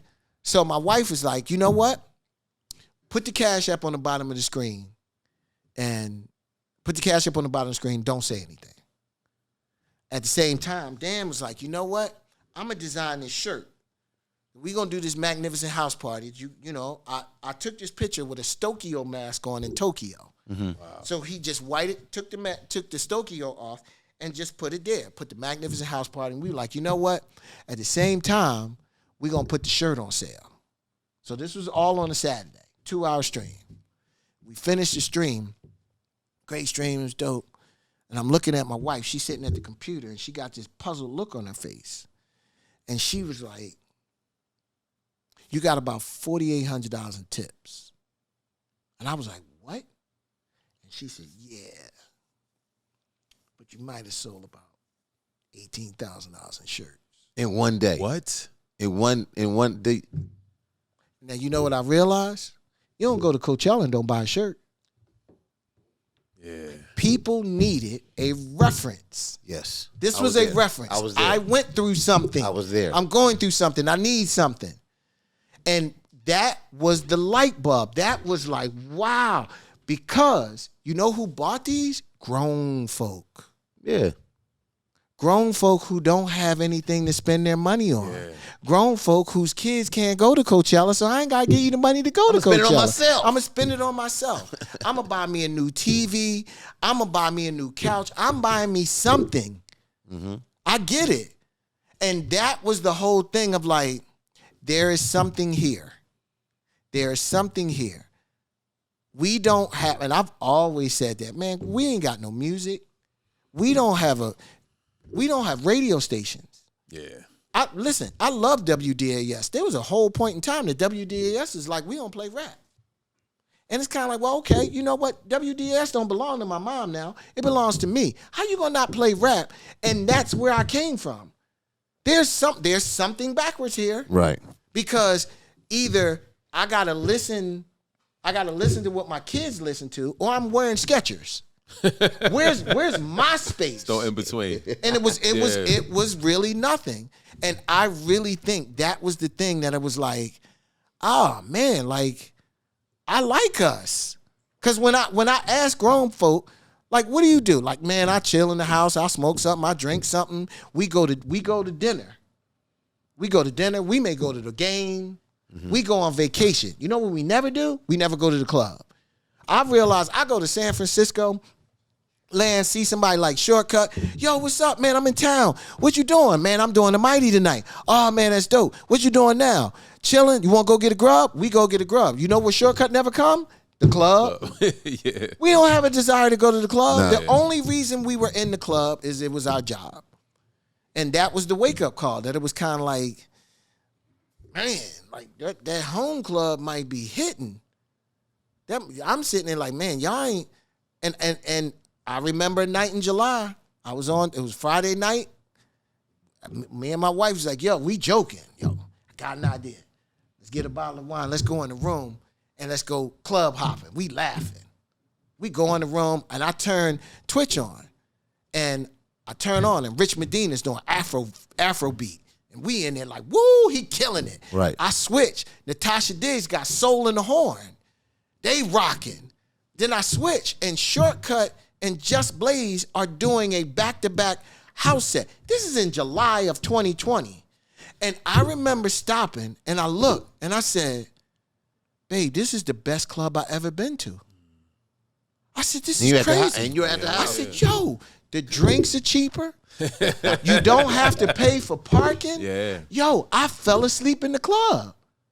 I got to the point I had too much wine. I just laid across the bed. It was still on. And I dozed off. And when I woke up, it was off. And I remember tweeting that the next day. I said, yo, I just went to the best. I had the best club night experience of my life. Yeah. But once again, that starts. That we looking at each other and it was like, there's something here. There's something here. If we start going down this lane I got on the phone and damn near called every DJ friend of mine and implored them, start streaming. Start streaming. I'm like, I looked at this like, hey man, I just discovered the internet. I just discovered cryptocurrency. I'm trying to put you on because I think this is going to be something huge. Because I was like, grown folk ain't giving this back. Oh yeah, grown folk ain't giving it, like, because once again, we the ones that's like, hey man, I kind of like my house. I'm not mad at that. Like, then you start turning it into, so what happens when you round up the grown folk and you tell them in February, I'm going to bring D-Nice, myself, Scratch Bastard, Mel Star, and all these other DJs to Jamaica for a 4-day week. You don't think we could sell out a resort? No, that's done. Like that's the grown folk. Grown folk. Yeah. So you're literally built. So what I'm hearing you, because Fuzz said, what's next? What's next is streaming to connect with your community to then you don't need to go X, Y, and Z. Let me tell you something. It's been the wildest thing for me to go do the outdoor gigs and members of the streaming community meet me there. In person. Oh man. And when I meet me there, full on merch. Every piece of merch I have is sold out. Full on merch. We gonna fly. Oh, you gonna be in Chicago Brewfest? Oh, we all coming. They all started getting together on their own. Right. Yo, we all in this hotel suite in such and such watching the stream. You know these people by names. Like, so now you start building this community, you know, and it's really funny because that's exactly what I was doing with playlists. You're building a musical community, you know, you're building this musical community outside the music industry, you know, that you can feel comfortable in saying what you don't have, what you don't know, what you need. You know, you get to a point like we were in the process of doing it. If I showed you a graph of everybody that came to the retreat and showed you a graph of how all of these connections have made from Masego to Masego's out. Listen, no one knew who Masego was the first year he came to the retreat. No, I know. For fact. Masego is a star. Yeah. You start looking at all of these people. Oh, man, he got with this one. Aloe Black came, and Aloe Black hooked up with Daniel Crawford, and they did a project, and then this one did that. Like, you start looking at the web that all of these things, because the whole idea is, all right, we all under a dome. We're under a dome. The idea is to keep growing the dome, because pretty soon, the inside of the dome is bigger than the outside. You just swapping universes. If you grow this shit to the point that it's kind of, you know, that it's like, hey man, throw your music out there, get it out there, man. Let's collaborate, let's do something. What do you want to do? You know, that was the whole concept. Chasing Goosebumps. Let me tell you, we got Chasing Goosebumps. You never heard Chasing Goosebumps 2 with Moo Moo Fresh. Oh, that's done, mixed, and mastered. It's not out though. No. Oh.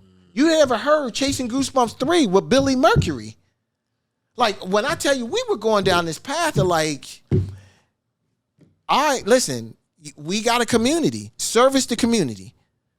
Everybody wants to try to go after the world. If you, listen, block at a time.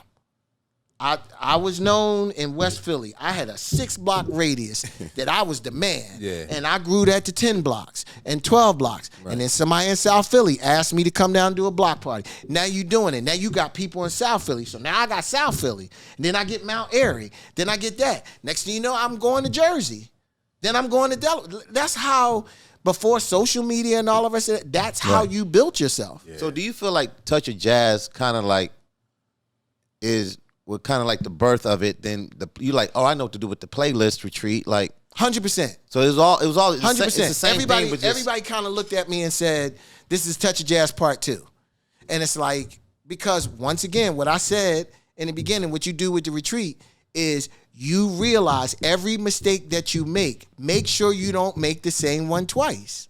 So I'm looking at all of this, and there were certain things that there were certain things that weren't in my control the early days of A Touch of Jazz. We weren't in a position to put music out ourselves because it was so much physical music. Yes, you needed the bigger machine.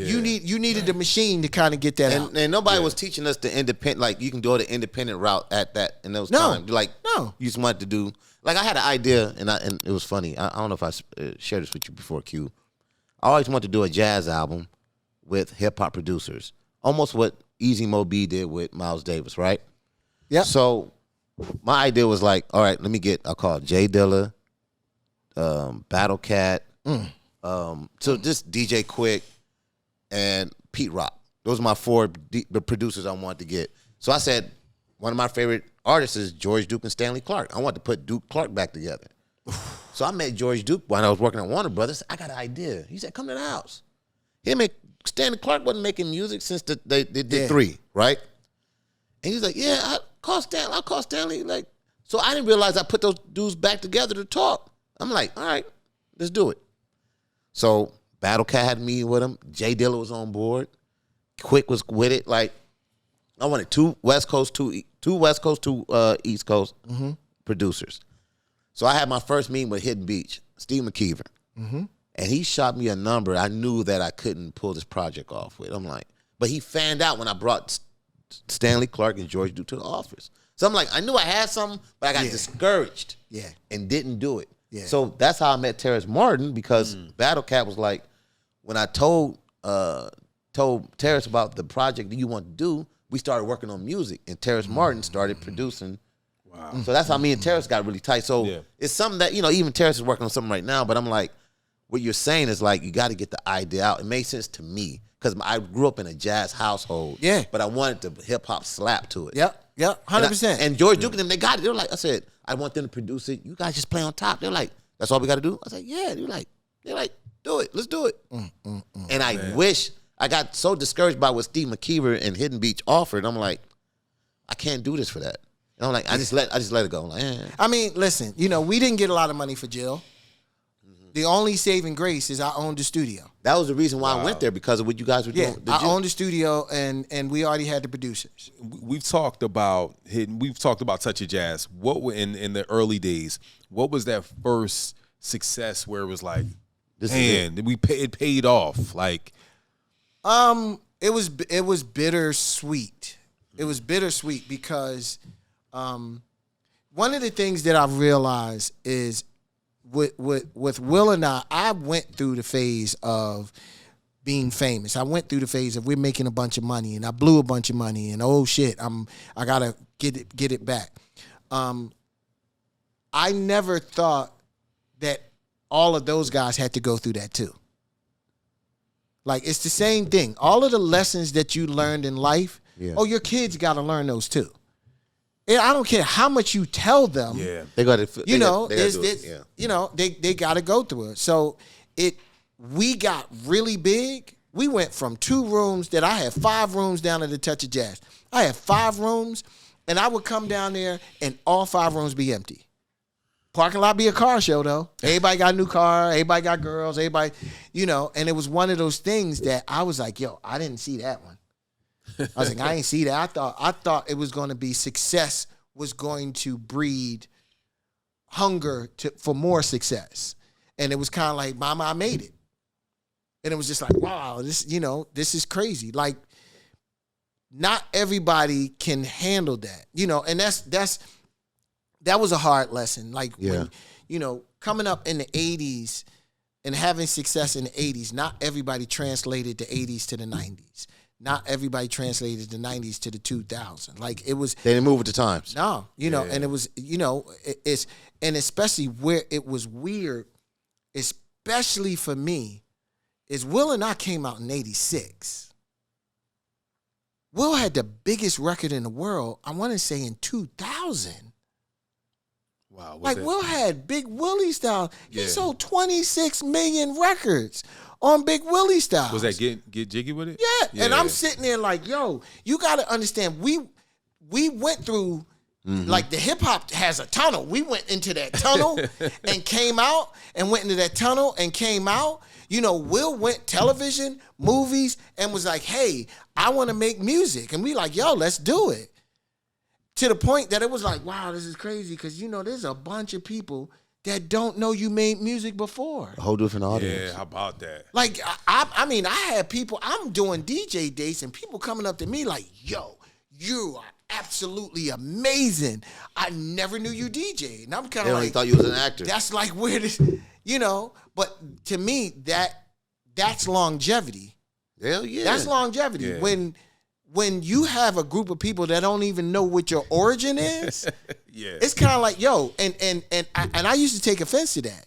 Like, there was a point in time that I would get mad when people correlated the television show with me. Yeah. And somebody, I don't remember who it was, but somebody pulled my coattail and was like, however they know you, be happy they know you.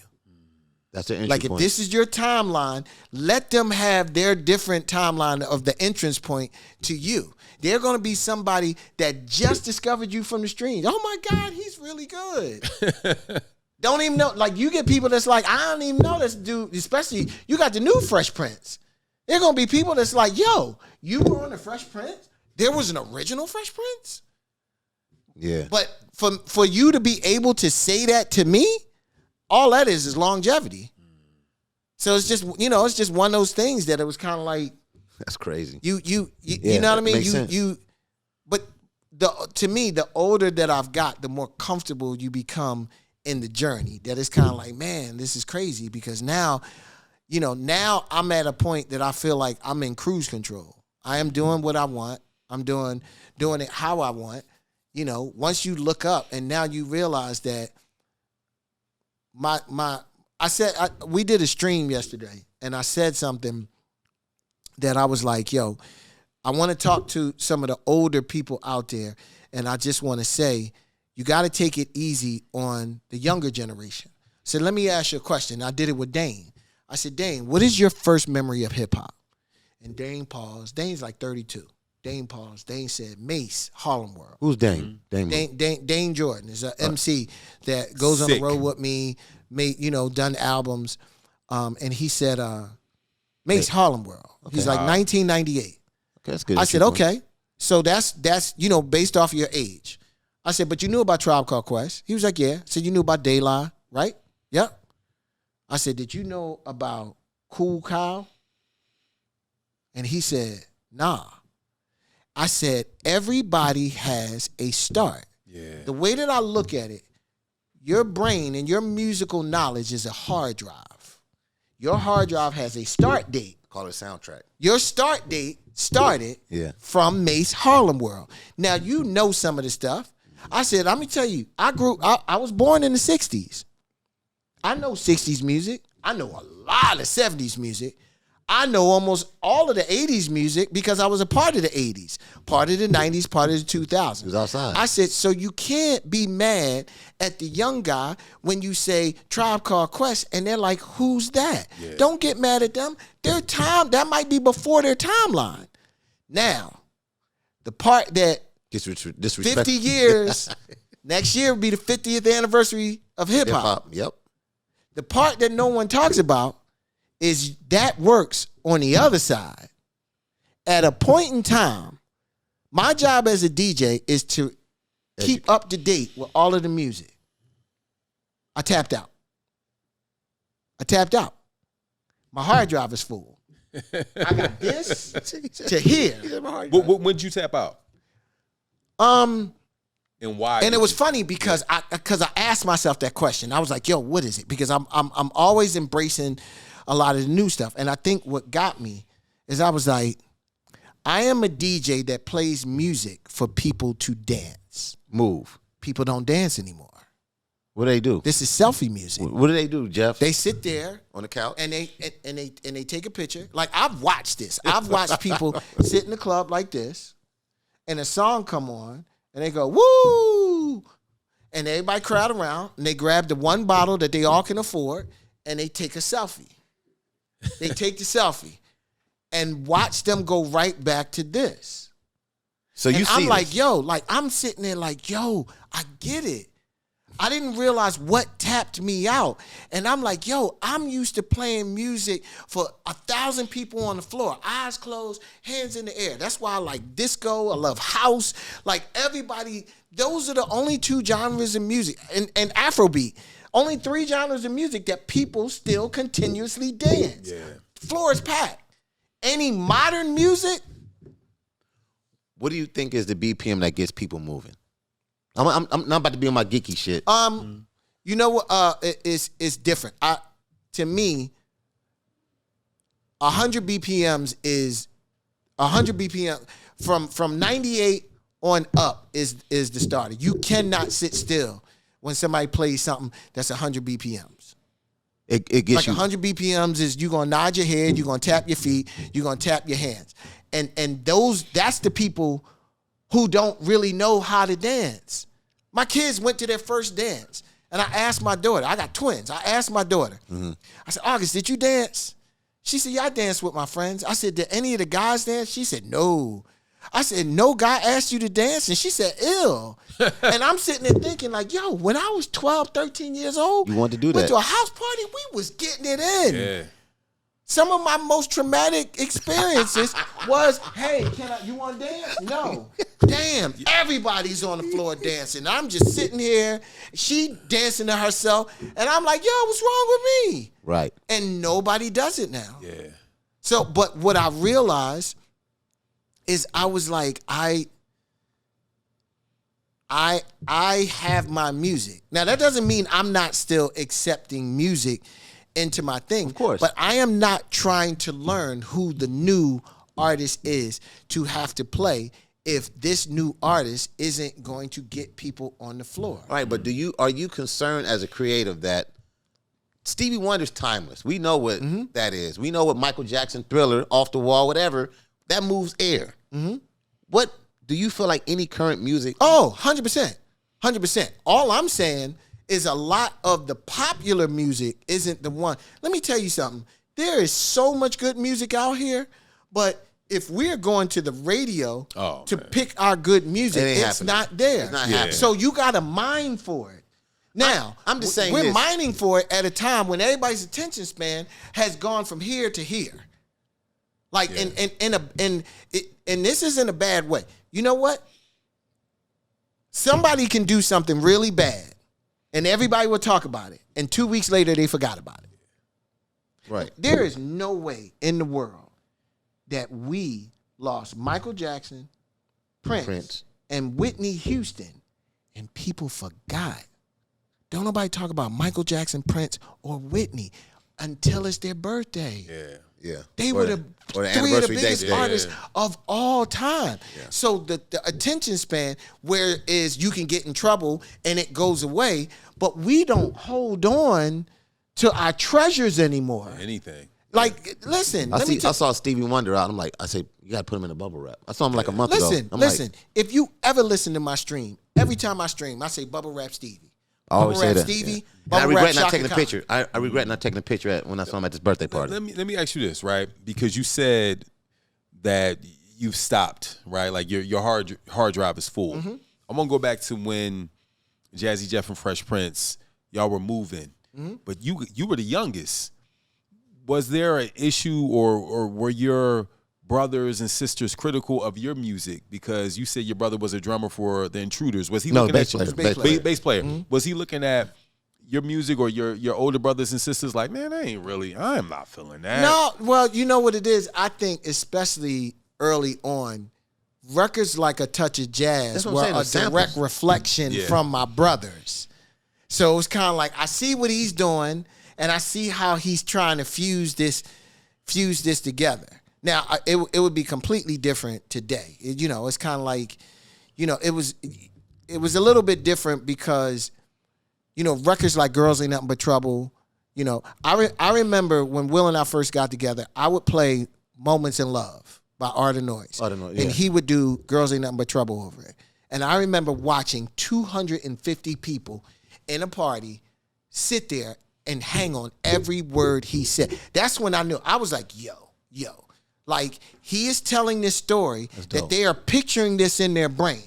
And they're just sitting there because they're waiting for the next thing because he's narrating the story. That was when we knew we got something. Right. We got something. Parents just don't understand. You took people down this journey.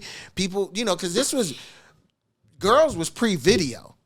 Wow. So this is just, I'm listening but listen, that's the message. Broken glass everywhere. Stories. Oh no, he's telling you. He's painting the picture. Yeah. So it was really that. So I think we didn't get a lot of the criticism. I didn't get a lot of criticism. I didn't get any criticism from my family.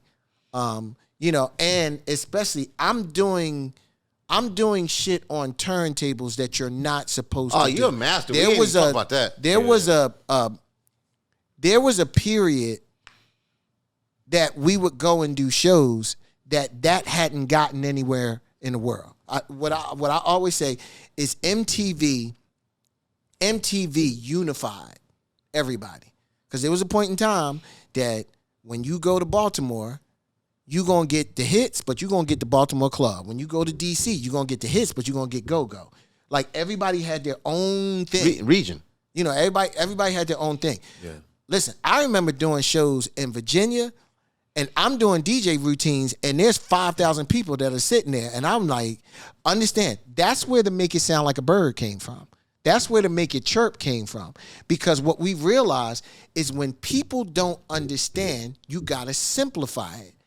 So a lot of the routines I was doing, I dumbed them down because I'm kind of like, for someone that ain't never seen somebody scratch, how you gonna do a DJ routine? You're going through your that's like, I don't even understand the first thing you did. Right. So it became a thing that Will was masterful at. How can I say?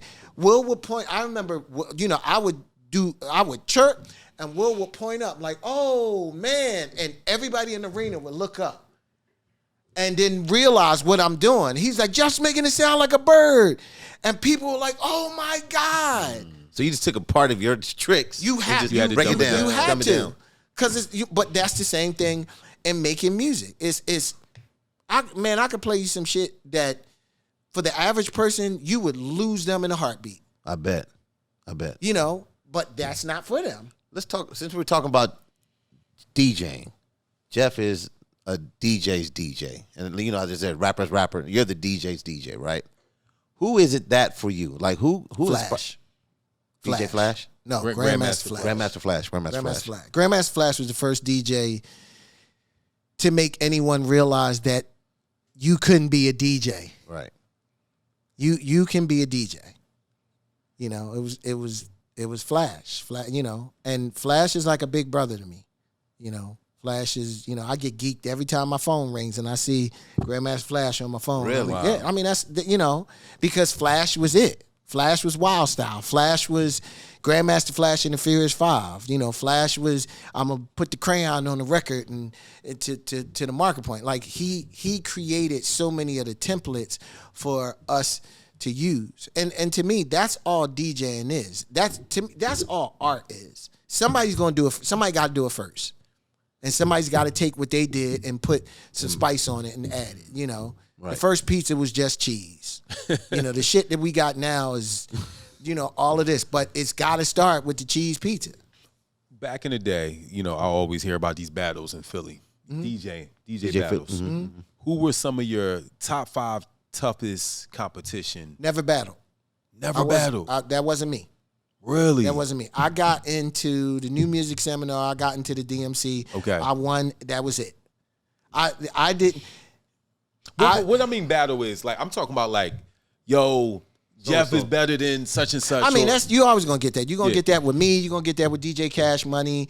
You know, you had Cosmic Kev, you had Grandmaster Nell, you had all of these people, and a lot of times that depended on the section of the city that you came from. Yeah. There were very few people that were gonna say Jeff was better than Cosmic Kev if you came from Mount Airy. There was very few people that said Jeff was gonna be better than Grandmaster Nell if you came from South Philly. You know, it was a territorial thing. Got it. But we all became friends because this was so early on. Yeah. You know, we didn't know if this shit was going to be around. We didn't there was a point in time, hip hop, the whole DJ, rapping, the whole culture was on a cliff. Yeah, you're right. You know, it could have fell off and it could have fell this way. So you didn't know. But it was just, you know, it was very territorial.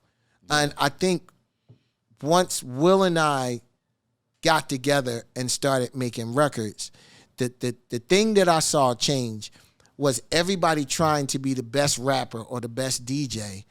Everybody put 2 turntables down, got 1 turntable, a mixer, and a drum machine.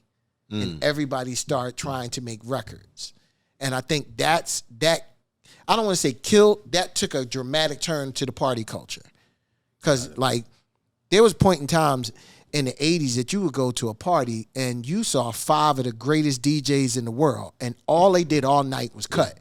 And the girls was into it, the guys was into it, and everybody did DJ routines, and the rapper rapped, you know. And I said, because we didn't have social media or cameras or any of that, what we were doing in Philly was imitating what we thought they were doing in New York.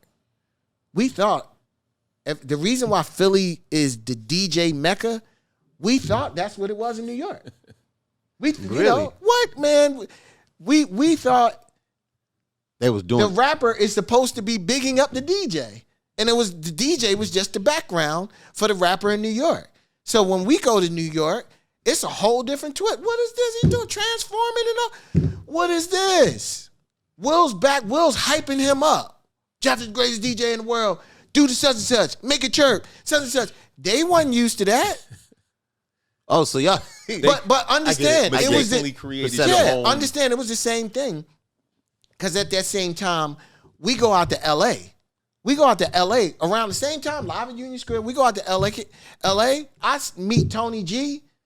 I'm looking at Tony G like, I ain't never seen a motherfucking DJ that fast in my life. Yeah. I'm like, God.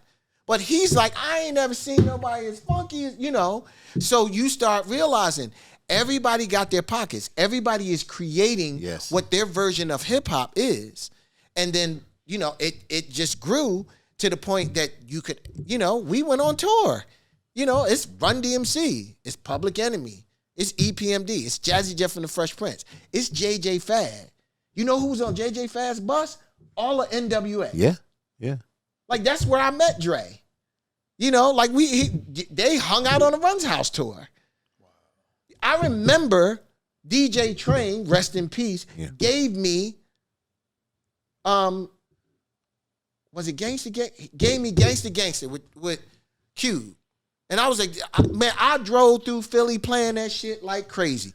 I remember telling Cube, like, man, listen, that shit changed my life.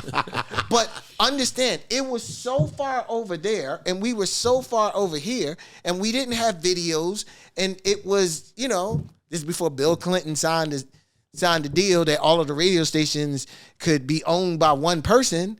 So everybody had their own flavor.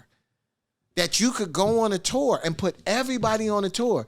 Because I'm like, yo, like, I'm rocking what parents just don't understand. And then X-Clan come out. And then Public Enemy come out and do some Black Power shit. And then Run DMC come out and do Run's House. No, wasn't nobody mad. You rode through all of that. Yeah. And it just grew to the point that then it started to become segregated. This is that. This is this. This is that. Man. Listen. He's dropping gems. No, listen. So, all right. So, Jeff, I know we're wrapping up. Kind of. Got some questions. We got so many different questions. Let's go with how you handled, because you talked about it earlier. But how did you handle always seeing something and be like, I'm spending over here? Like, how do you foresee and just trust yourself? When was the first time you trusted your own voice to go like, I'm gonna go over here? Let me tell you something that I've realized, and this is crazy because I realized this a lot over the past 2 years. My gut has never led me wrong. I've gone against my gut. My gut tells me something that I don't like to hear. And I don't trust it. And every time I did not trust my gut, I got burned. Really? Every time. Every time. Every time. Should've went with your If gut. you asked Damn. your honest, true self about a person, like somebody came to me, I'm one of these people that when somebody drops a jewel, I pick it up like a stone and put it in my pocket. And I'm going to keep that. Oh, that was a good one. I'm going to keep that one. And somebody said, list 5 of your friends and go through all 5 of your friends. And in 3 seconds, answer, give her or take her. Some of them, you don't like the first answer that comes to your head. Mm-hmm. Some of them you don't like. Some of them you like, yeah, that motherfucker's a taker, but that's my man. I rock with him. That's my man. That's your gut telling you. A lot of times when you can strip yourself down and trust your gut is never going to lie to you. What I realize is I don't like the answer. Personally. I don't like the answer my gut is telling me. My gut told me that he wasn't no good. My gut told me he wasn't right, but that's my man. Your gut tells you when she's not right, but you think you can change her. If I just show her this, she's going to be that. Man, let me tell you something. Greatest advice Will ever told me, he said, marriage only heightens what you have. If you think that you are going to marry a woman and shit is going to change, it's not. If she's great, she's going to become greater. If she's bad, she's going to become worse. You don't marry somebody to fix it. Yeah, You don't marry somebody to fix it. Yeah. You don't, like, it doesn't work like that. So it's really kind of like, damn, I got to really, when I start going through and start looking at relationships, whether male or female, I'm sitting there like, yeah, every last one, I seen the sign. I seen it. And I was, you just sitting there like, yeah, Jeff, you just ain't like it. You ain't like it. You ain't like the answer. You know, certain shit that you knew you shouldn't have did that. And you, goddamn it, you know what? I knew I shouldn't have did that. Yeah. So I think that, that's one of the things that what I'm trying to shift is I've always felt my gut. I'm trying to shift just trusting it. Whatever the outcome is, trust it. If it don't feel right, got it. Step back. I got to ask a nerd question. FAQ, frequently asked questions. Jeff, what are your top 5 albums if you had to? Nope. You don't have it? Nope. If you had to let me tell you something. I'm asked this question all the time. If I'm on a deserted island and I got to pick 5 records, I'm not picking shit. Can't do it. It's not a go-to, like, no. I'm going to tell you, Grace Jones, Slave to the Rhythm is one of my go-to albums. And I love that. But you can't ask me to pick my favorite child. You're asking me to pick my favorite kid. All right. Let me rephrase it. Because it's going to be the same answer probably. All depends on, all right, do you feel like there's certain days you're like, I'm in the mood for this? Oh, listen, I trust my gut. All right, so if you I'm straight weird. Like, I'm the person that I just want to hear your palate. If I'm driving to New York, I'm putting on Pat Metheny. Pat Metheny group. Okay. I'm putting Pat Metheny, and I am floating all the way to New York. Are we talking about Wichita Falls? Oh, listen, all of them. Still Life Talking. Okay, good. Like, like I am. Like, it's a vibe. It's a vibe. So same thing. 100%. Rainy days, I put on Swing Out Sister. There's a fuzzy fact. I'll put on some Swing Out Sister. Yep. Then on the weekends, incredible album. Right. So all right. Yeah. Okay. So it's a vibe for you. Yeah, but it's depending on what the vibe is. What's the vibe today? If you were about to hop in the car and just go, because it's sunny days. So you know what's funny? I have been making so much music that I have been vibing to. I've been vibing to myself. That's a good thing. Like I got a whole jazz album done. Like because you know what what I've done over the pandemic, I don't have an outlet. I don't let the lack of an outlet stop me from making the music. What outlet do you think you need? I don't know. Other than the But that's what I'm saying. I don't know. Listen, I was driving with my son in the car. Yeah. My son is incredible. My son sings, raps. My son acts. It's in his DNA. And we were driving in the car, and he was like, "Pop, let me ask you a question. Why haven't you put out all of the shit you got?" And I looked at him and said, "I don't know." You got the outlet. Like I don't know. You got STEM. You say you build in a community. You have a community. Listen, when I tell you one of the honest things about me, sometimes I don't take my own advice. Sometimes I overthink my own advice. I can sit here and tell you all day, die empty, and put it out. I got hard drives full of shit. How many albums? How many completed albums do you think you have that you haven't released? I got Adam Blackstone in the back. Like, listen, I got a 27 song project with Christian Crosby that might be one of the greatest albums I ever done. What are you waiting for? So Christian Crosby is he's managed by Charlie Mack. He started out just being like the in-host in-host arena for the Sixers. For the Philadelphia 76ers. Then during the pandemic, he put out some music. And he's like, which ones do y'all think I should put out? And I listened to him. I'm like, everybody. Dog, them choices let me tell you something. Charlie brought Christian down here and was like, hey man, I want to see if you can do a song with Christian. I was so much in my bag during the pandemic. I was just kind of like, you know what? Cool. I'll do something. Straight typecast him. Straight typecast him. He's from the Sixers. This is going to be some poppy. But you know what? I'm in my bag.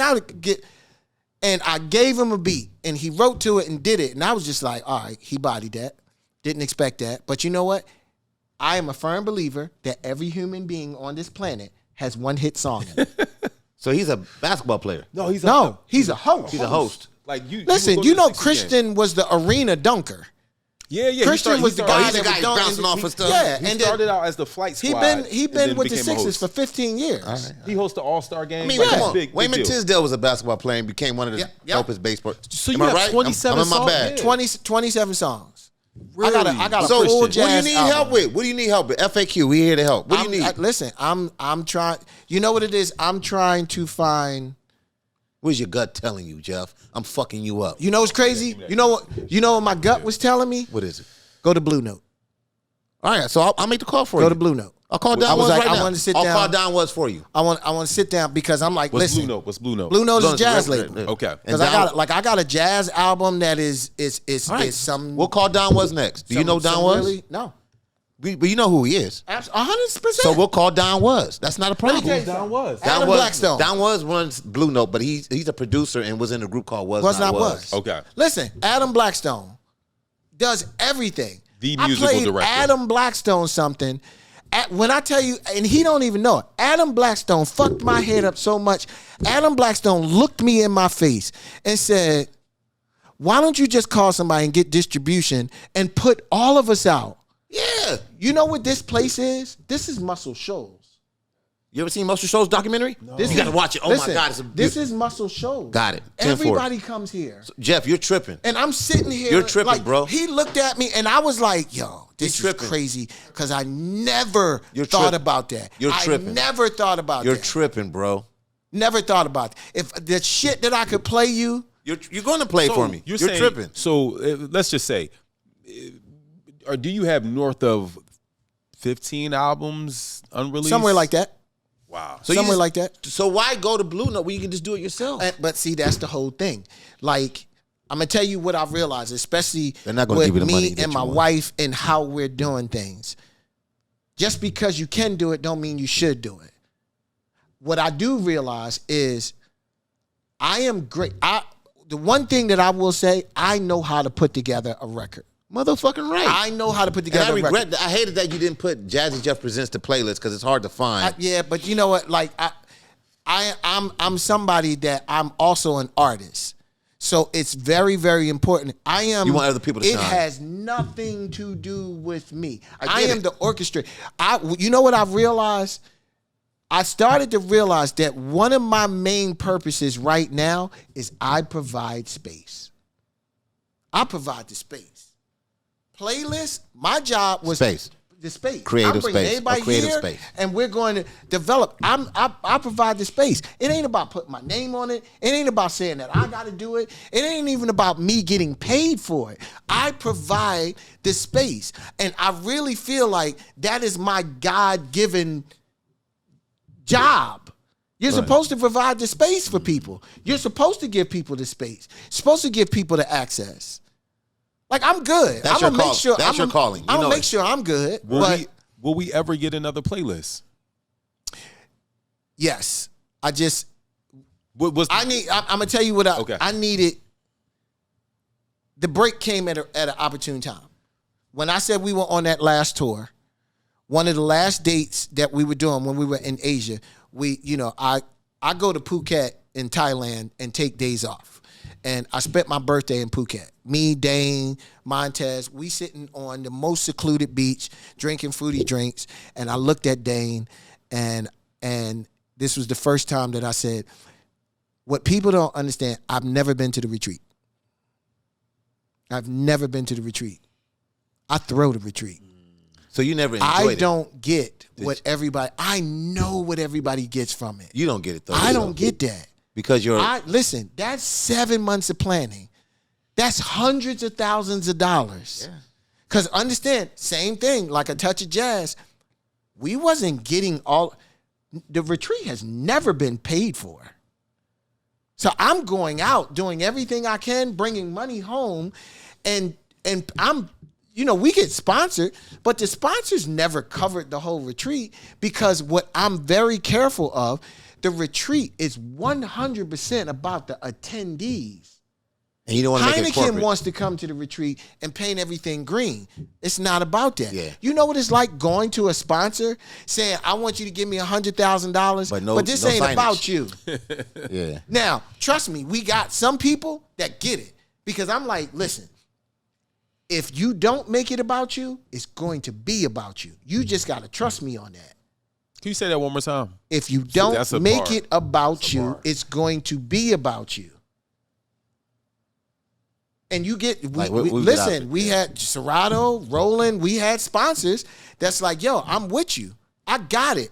I got the amount of stuff that I got from the retreat and the people that I got just by being there, I got it. Because then you had some people that came in and they looked at it like this should be a trade show. It's got to be how I want it. No, we don't do that. We don't do that. Everybody got their own space. Everybody got their own time to present stuff to the group. You make everybody sign an NDA. Right. And I told them, like, listen, I'm going to bring you some of the greatest creators in the world. You got something you need to show them? Show them. If you don't want to show the whole group, that's why people were pulling up in trailers. Because it was like Roland had a trailer. If I got some top secret shit that I needed to show Adam Blackstone, I'm going to bring Adam in the trailer and I'm going to show him. But I'm like, but that's how people got gear for tours. That's how, right. It all works in a network if you allow it to work. It's just some people are straight from the consumer side. Like, hey, man, I want to give you this money. I want to paint everything green, and we got to have a Heineken day. And it's kind of like, the day that I do that, every attendee will know that I did that. And I'm like, and it waters down the keep brand. This as pure as possible. Yeah. That's the reason why I had to be here. On your ground. The first retreat, when we did the video, I sent it to Will, and Will said, you can never move this from your house. Wow. And I said, what? And he was like, there is a personal connection. You're inviting people to your house. Synergy. Let me tell you something. We ain't never had security. Wow. We ain't never had security. Let me tell you something. You wouldn't dare come here and do something with the people that I got here and the way everybody treats this. All the producers and writers I knew that came, first of all, they're excited to get invited, one. Mm-hmm. And they came back with, like, everybody I talked to, they were like supercharged, like, bruh, it's the most amazing thing I've ever seen and like they have a whole new insight about producing or even writing. Yeah, that's it. But I honestly feel like that's my job. I kind of got out of the way and let, because I didn't know. I would tell people all the time, I don't think I have done what I'm put on this earth to do yet. And deep. I don't know what it is. I said that 4 years ago. I know now. Wow. You're clear. 100%. We need to put the music out though. Yeah. I'm the connector. I want to help. I know. I want to help. You've been the connector ever since I've known you. I just want to help though. Like this is my bag. Like the whole jazz. I say jazz, but I'm just like. Yeah, I got something love to play what you do. I love what you do with that, and it's a passion of mine because it's and it's different. It's okay. We got to push the button, push the envelope. Let's talk about the brotherhood that you guys have had, because it's one thing that we see, and even in Will's book he talks about it. But the brotherhood between you, JL, Will, Charlie. Omar, and Charlie, like. Sometimes we see certain record labels, they may break up. These certain people, they look like they were family, they weren't, and whatever. But the one thing I keep seeing throughout the years is you guys, and I never see, you'll never be talk to one and somebody's, shit talking another. It's just talk about that connection. You know what? That's how we started. We started. JL was my childhood best friend. And JL was one of the most business savvy, articulate people that it was kind of like, JL, your job is to come on the road and collect the money. And we all learned everything from the inside out. Like we all, you on tour and Big D don't collect the money for Run DMC, and they're like, JL, I need you to settle up the tour. And he's like, yo, I'm walking out this venue with $180,000 because I got everybody's money from the tour. But that's training ground. Right. That's training. Charlie was the biggest one, and Charlie was a hustler in Philly. And, and I was like, hey, man, why don't you come on the road? And, in the early days, and just so happened Charlie goes on the road, and they raided his house. Wow. And they were about to send Charlie away. And the only thing was the saving grace is Charlie was like, hey, man, I'm not hustling. I'm out with Jazzy Jeff and the Fresh Prince. And he vowed that he would never go back. But when we first started, Charlie was making more money than we were. But it became a thing, And I think the beauty of it is as you get older and you grow up in it, because we all had our battles and arguments, and we all want to do this, and I'm mad, It's Will wanted me to have the same ambition that he did on things, and I'm not you. I'm different. He said in the book. First time he said, "Hey man, we got the TV show and they want you to be on it." I was like, "No, I'm cool, dog." I had zero desire to be on television. I'm like, yo, and it was also one of those things. I was too young to understand that one thing leads to another thing. I was so adamant, like, I gotta do my music, that you're asking me to do this TV show is gonna interfere. And it was crazy because Kenny Gamble is a big brother of mine. He is, man, listen, the last retreat Kenny came and Kenny did the keynote speaker. Kenny has been a big brother to me probably from the time Will and I started. Really? From the time. Kenny grew up 5 blocks away from me in West Philly. So you saw him when you were growing up? No.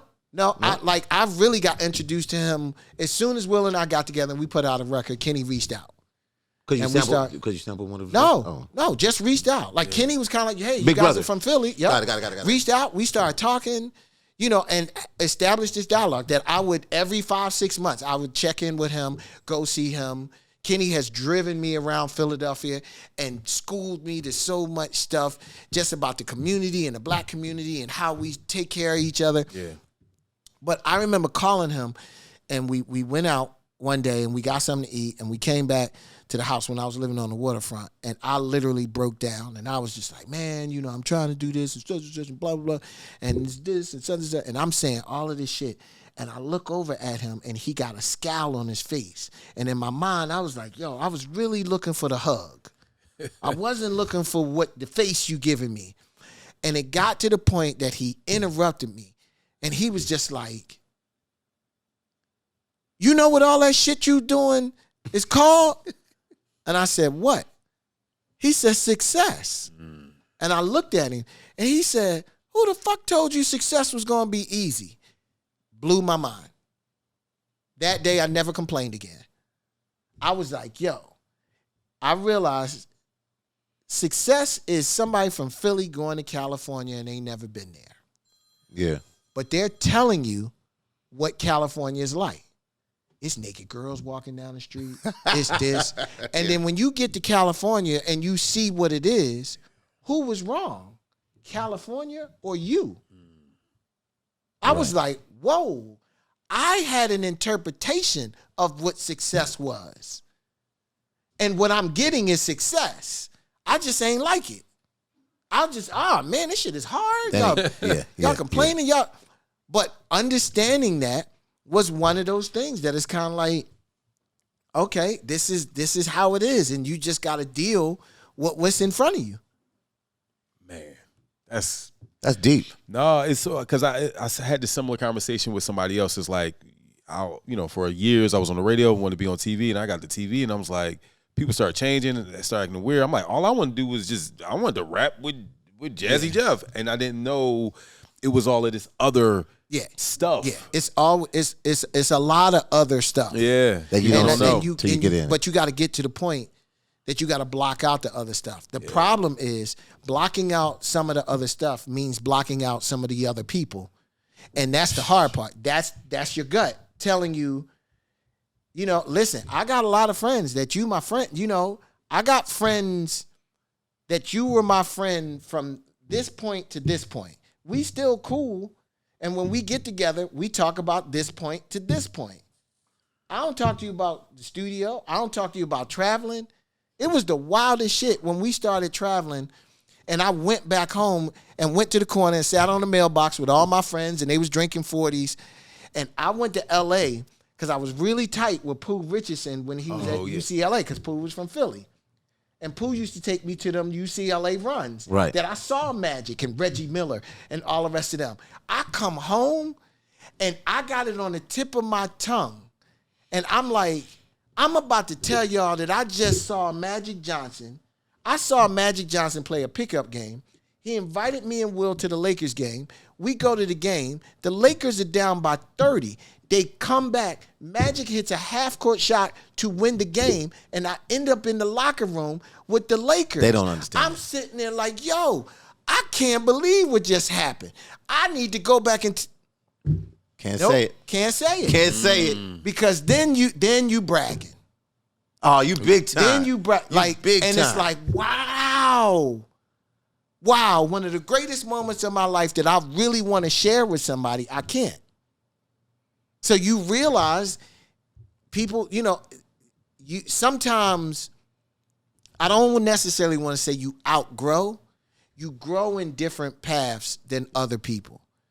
And it's cool to connect, but they just not going to connect on you on every side. I realized a long time ago, the last thing that you want to be is the smartest person in the room. And it's hard when you are the smartest person in the room. That's a lonely feeling.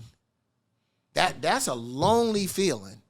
Because I'm like, hey, man, I'm trying to get inspired too. I want somebody to tell me some shit. I'll be like, what? And if you're the one that's giving out the inspiration, you find yourself going to bed tired. Yeah. Like, man, but that's what the retreat was. That's what the retreat was. There's a bunch of us. Because we all share the same thing. We all have these similar situations. But when we all get together, I'm inspired by your conversation. I'm inspired by yours. Hopefully I'm inspiring you. And it's kind of like, yo, This is great because we playing tennis. Yeah. Because I was playing handball before. I'm just hitting the ball and the ball coming back. It's just like, man, I want to play tennis with somebody. I want to go golfing with somebody and experience something new and understand, because that's what it's all about. Wow. What's your favorite moment that you have that you took a picture of and you were like, this is a frame moment. Like, this is one of my favorite moments. I was able to take my wife. We did a tour that started off. I did Dubai for New Year's. I would do Dubai every New Year's. Amazing party. We flew from Dubai to Singapore, and it was a party cruise. And we got on a boat in Singapore, and the boat went from Singapore to Phuket in Thailand. Did the party. We got off the boat in Thailand and spent 4 days there.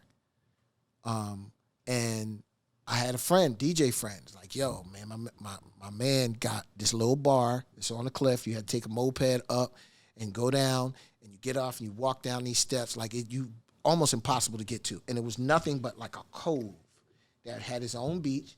He had a little restaurant with food and drinks, and it was the most beautiful place I've ever been on earth. And my wife and I sat on the beach and listened to music and drank fruity drinks. And I'm the person that I'm just like, yo, this is a moment. From West Philly. There are people in West Philly that can't comprehend this. Yeah. Like, and I got a million pictures. And the crazy thing, that is one of those times that I can pull that picture up and the feeling comes right back. Wow. You can recall it right then. 100%. And you just and you start doing it, because I had a point in time in my life that I hated it. I hate it. We did He's the DJ, I'm the Rapper at Battery Studios in London, and I hated every moment of it. And didn't go back for 10 years, and came back, and London was completely different. Food was different, had friends there. You know, it really got to a point that I would fly somewhere and land, and as soon as I put my bags down, I'm picking up the phone. Yo, dog, I'm in town. Yo, all right, let me get in a black cab, and I'm going to go see you, and we're going to do this, and sunset, we're going to go.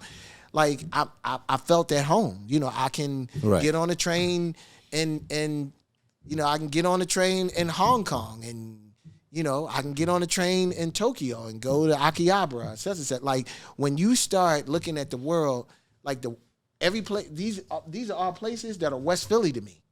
Because I got somebody there. Because you can relate. I know where to get the drink from. Yeah. I know where to, you know, get some music from. I'm buy some records, get some such and such. Like, it becomes an experience. And that's, you know, my wife and I started coming up with this thing that it was like, we don't like giving each other gifts. And why? Experience over things. Don't give me a gift. Give me an experience. Give you a moment. Give me an experience. Yeah. You know what, man? Let's go somewhere and sit somewhere and watch some snow. Has it been a place you haven't DJ'd yet at that you want to go DJ? I've only been to maybe about 4 or 5 places in South America. There's places that I want to go. I have. I think it's crazy because I think there may be 2 states that I've never gone to. Really? DJ, only 2. What, like Des Moines, Iowa or something? No, been there. I haven't. I don't think I've been to one of the Dakotas. Maybe North Dakota. I think I've done South Dakota. So your passport must look crazy. It did. Yeah. It did. It's. I don't know. You know. It. I haven't figured out what that is going to look like in the future yet. You know, I'm never going to not do dates. I'm just not going to do what I just did. If you were doing what, you said 160 a year, 160 days, what is the new? Yeah, because you're on tour with I don't know. Like? Okay. So you and Rakim are touring together. Yeah, we doing, you know, Rakim and I broke bread during the pandemic, and we would talk to each other probably every 3-4 years, just a long conversation. Hey, bro, what's up? Just, you know, and it would always circle back around to music. And this time it was kind of like, you know, we, you know, talked about the pandemic, you know, yo, bro, I heard you were sick. Says we talked about that and chopped it up. And he was like, yeah, you know, we always talk about we got to get together and do some music. And I was like, yo, I am in a really, really different place. You know, This is the first time that I was able to sit and just get back into, because to me, the studios have always been for everybody else first and me second. And this is the first time, because nobody could come, it's mine. And I started getting back into it being mine. creatively. Yeah, and just to the point of like, you know, because I couldn't even ask the question about playlists because that's what was stopping me. I wanted to make this my space, but this is also a big part of playlists. And it had to get to a point that it was just kind of like, yo, you cannot worry about playlists. You'll cross that bridge when you get to it. What are you doing today? And, you know, and I told him, I said, I want to send you some music to cut your grass to. Rakim lives in the country, got tomato trees and all the rest of this. So he's, you know, I said, I want to give you some music to cut your grass. And I sent him a folder. And I sent the folder. And about 15 minutes, his manager hit me back and said, I've been managing Rakim for 20 years, and I've never seen him stand up and walk around the room and start rapping. What? And I just texted him and said, LOL. And 10 minutes later, he hit me back and he was like, yo, I need to know, are any of these available? And I just laughed because I'm thinking he's joking. And 15 minutes later, the phone rang and it was Rakim. And he was just like, yo, what are you doing? What are you doing? Like, you just got this kind of stuff sitting around? And I was like, yo, I'm telling you, I'm in a different place. Like, I really started making music like a typewriter. I'm doing this. Right. You know, not rushing it, but just what do I feel? What do I feel like doing right now? Oh man, I'm feeling this, and I do it. And then I have an amazing musical partner who is probably one of the most. You remember Bugs in the Attic? Yes. Kaidi Tatham. Kaidi Tatham from Bugs in the Attic is my partner. So you can and get out. Kaidi is in.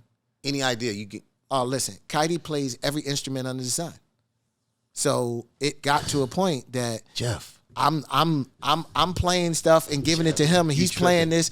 We got string and horn arrangement, like it is like you don't understand. So you and No ID sound alike.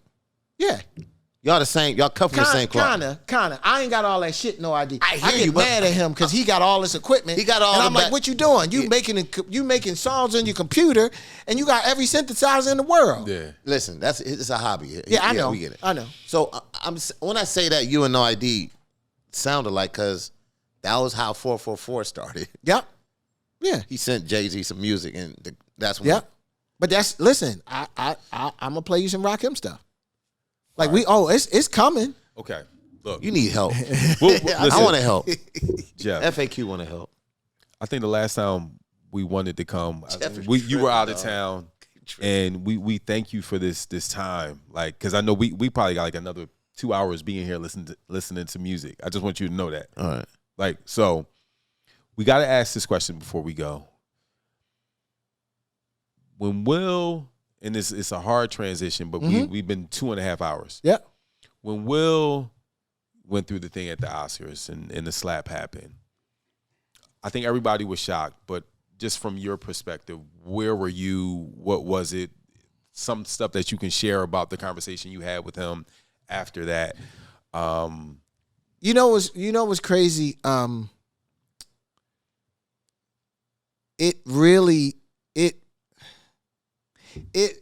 When I remember looking at Bobby and Whitney, right? And I remember saying, that's my aunt and uncle. That's not Bobby and Whitney. That's my aunt and uncle. Same relationship.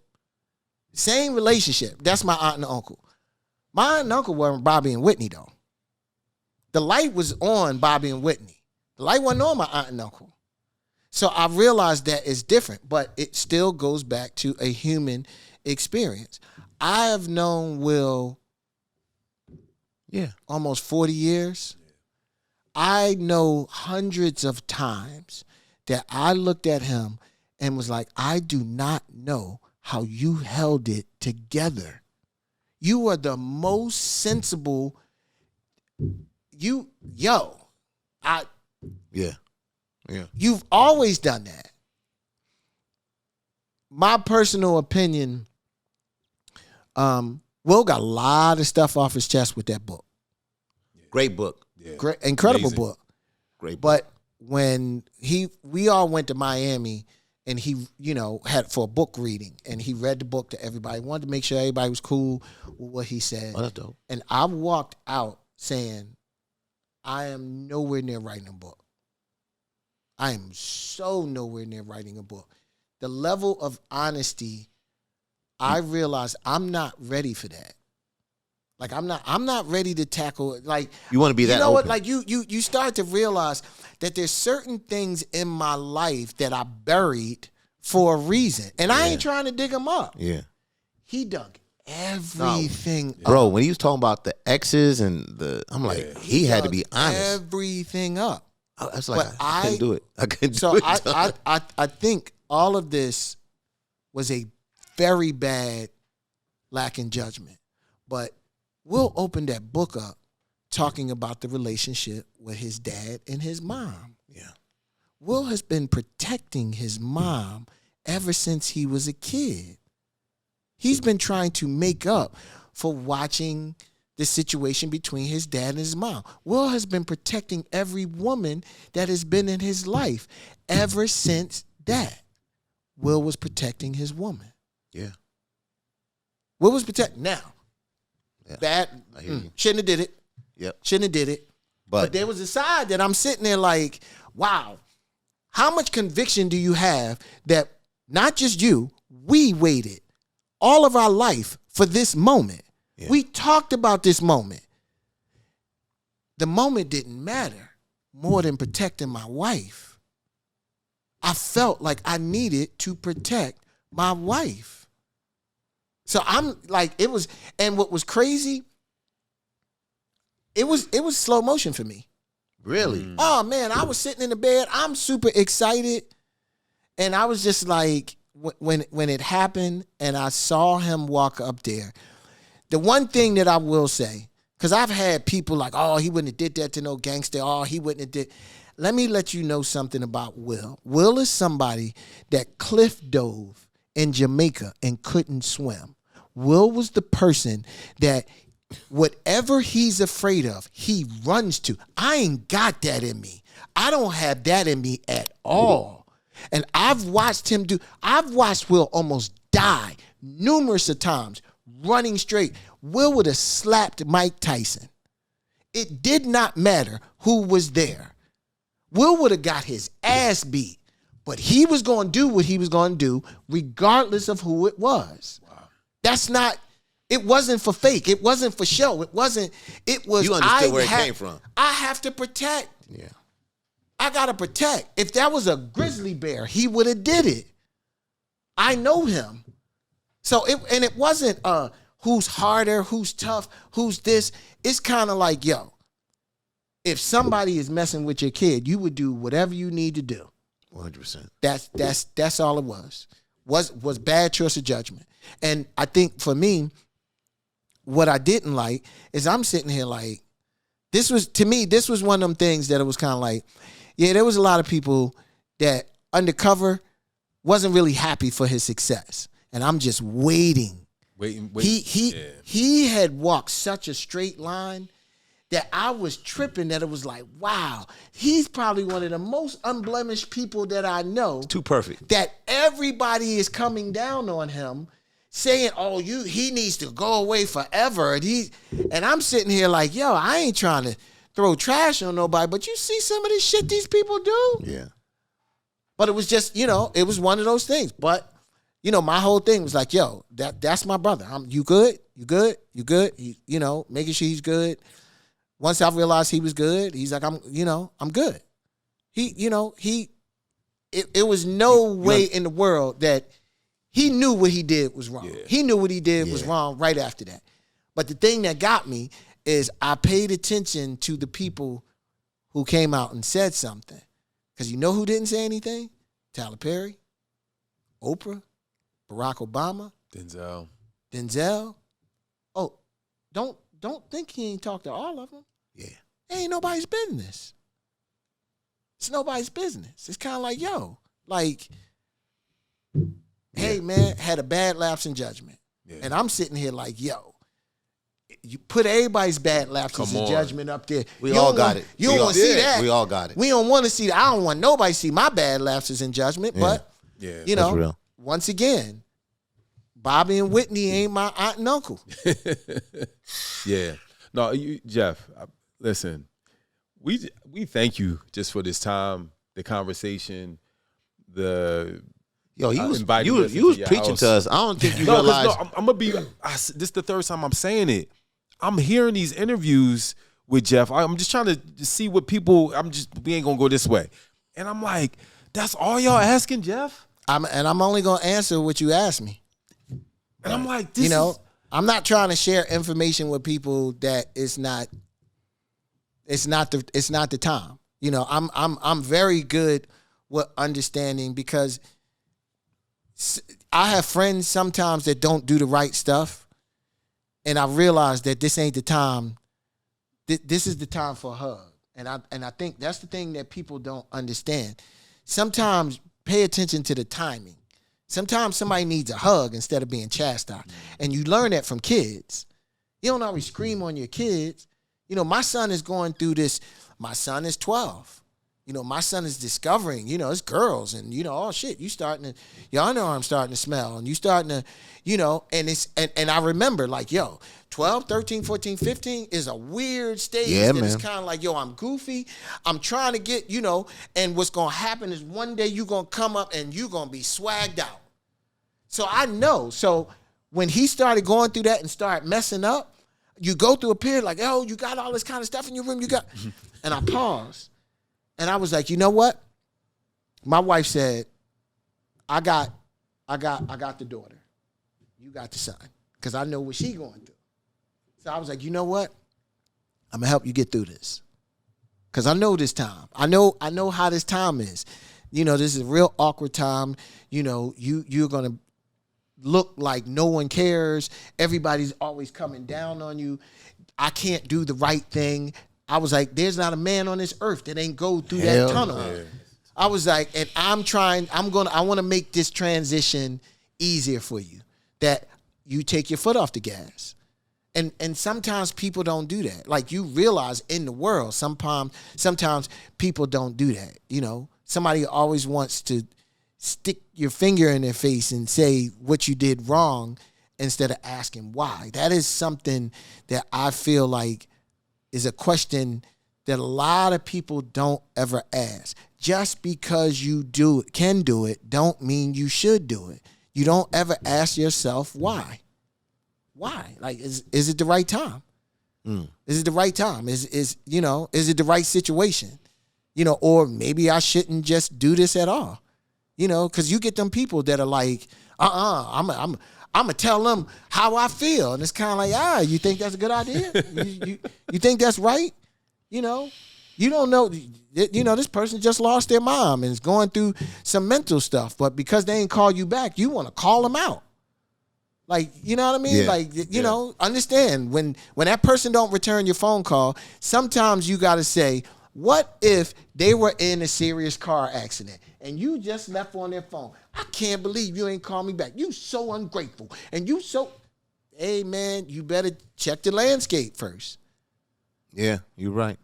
Sometimes you need to watch, make sure there ain't no dog shit down there before you step. Yeah, that's real spit. Bro, no. DJ Jazzy Jeff, man, like, thank you, brother. Thank you for man. your time. Thank you for opening, Oh, man, thank you. Thank you for testing out the podcast thing. Yes. This is very nice, very sturdy. Yeah. Now Yeah. now I realize we need to put a power strip and some other stuff It's on all the good. end of it. Shout out to Dan. We're gonna duplicate Dan, and Dylan's gonna be Dan. We appreciate you, Dylan and Dan. It's the FAQ podcast. Check us out, FAQ. If you want to email us, fuzzyandq@gmail.com. Anything subscription, anything business, all of that stuff right there. Fuzz, man. Subscribe to the YouTube page. Yep. Subscribe. Listen to us. Amazing. And make sure you go listen to M3, Chasing Goosebumps. You did an album that was on a London label too. BBE. Yep, the Magnificent. I did the Magnificent and a return for the other Magnificent. What happened to BBE? They still around. Love them. All right, cool. All All right. We gotta listen to some music. All right, we good. All right, holla.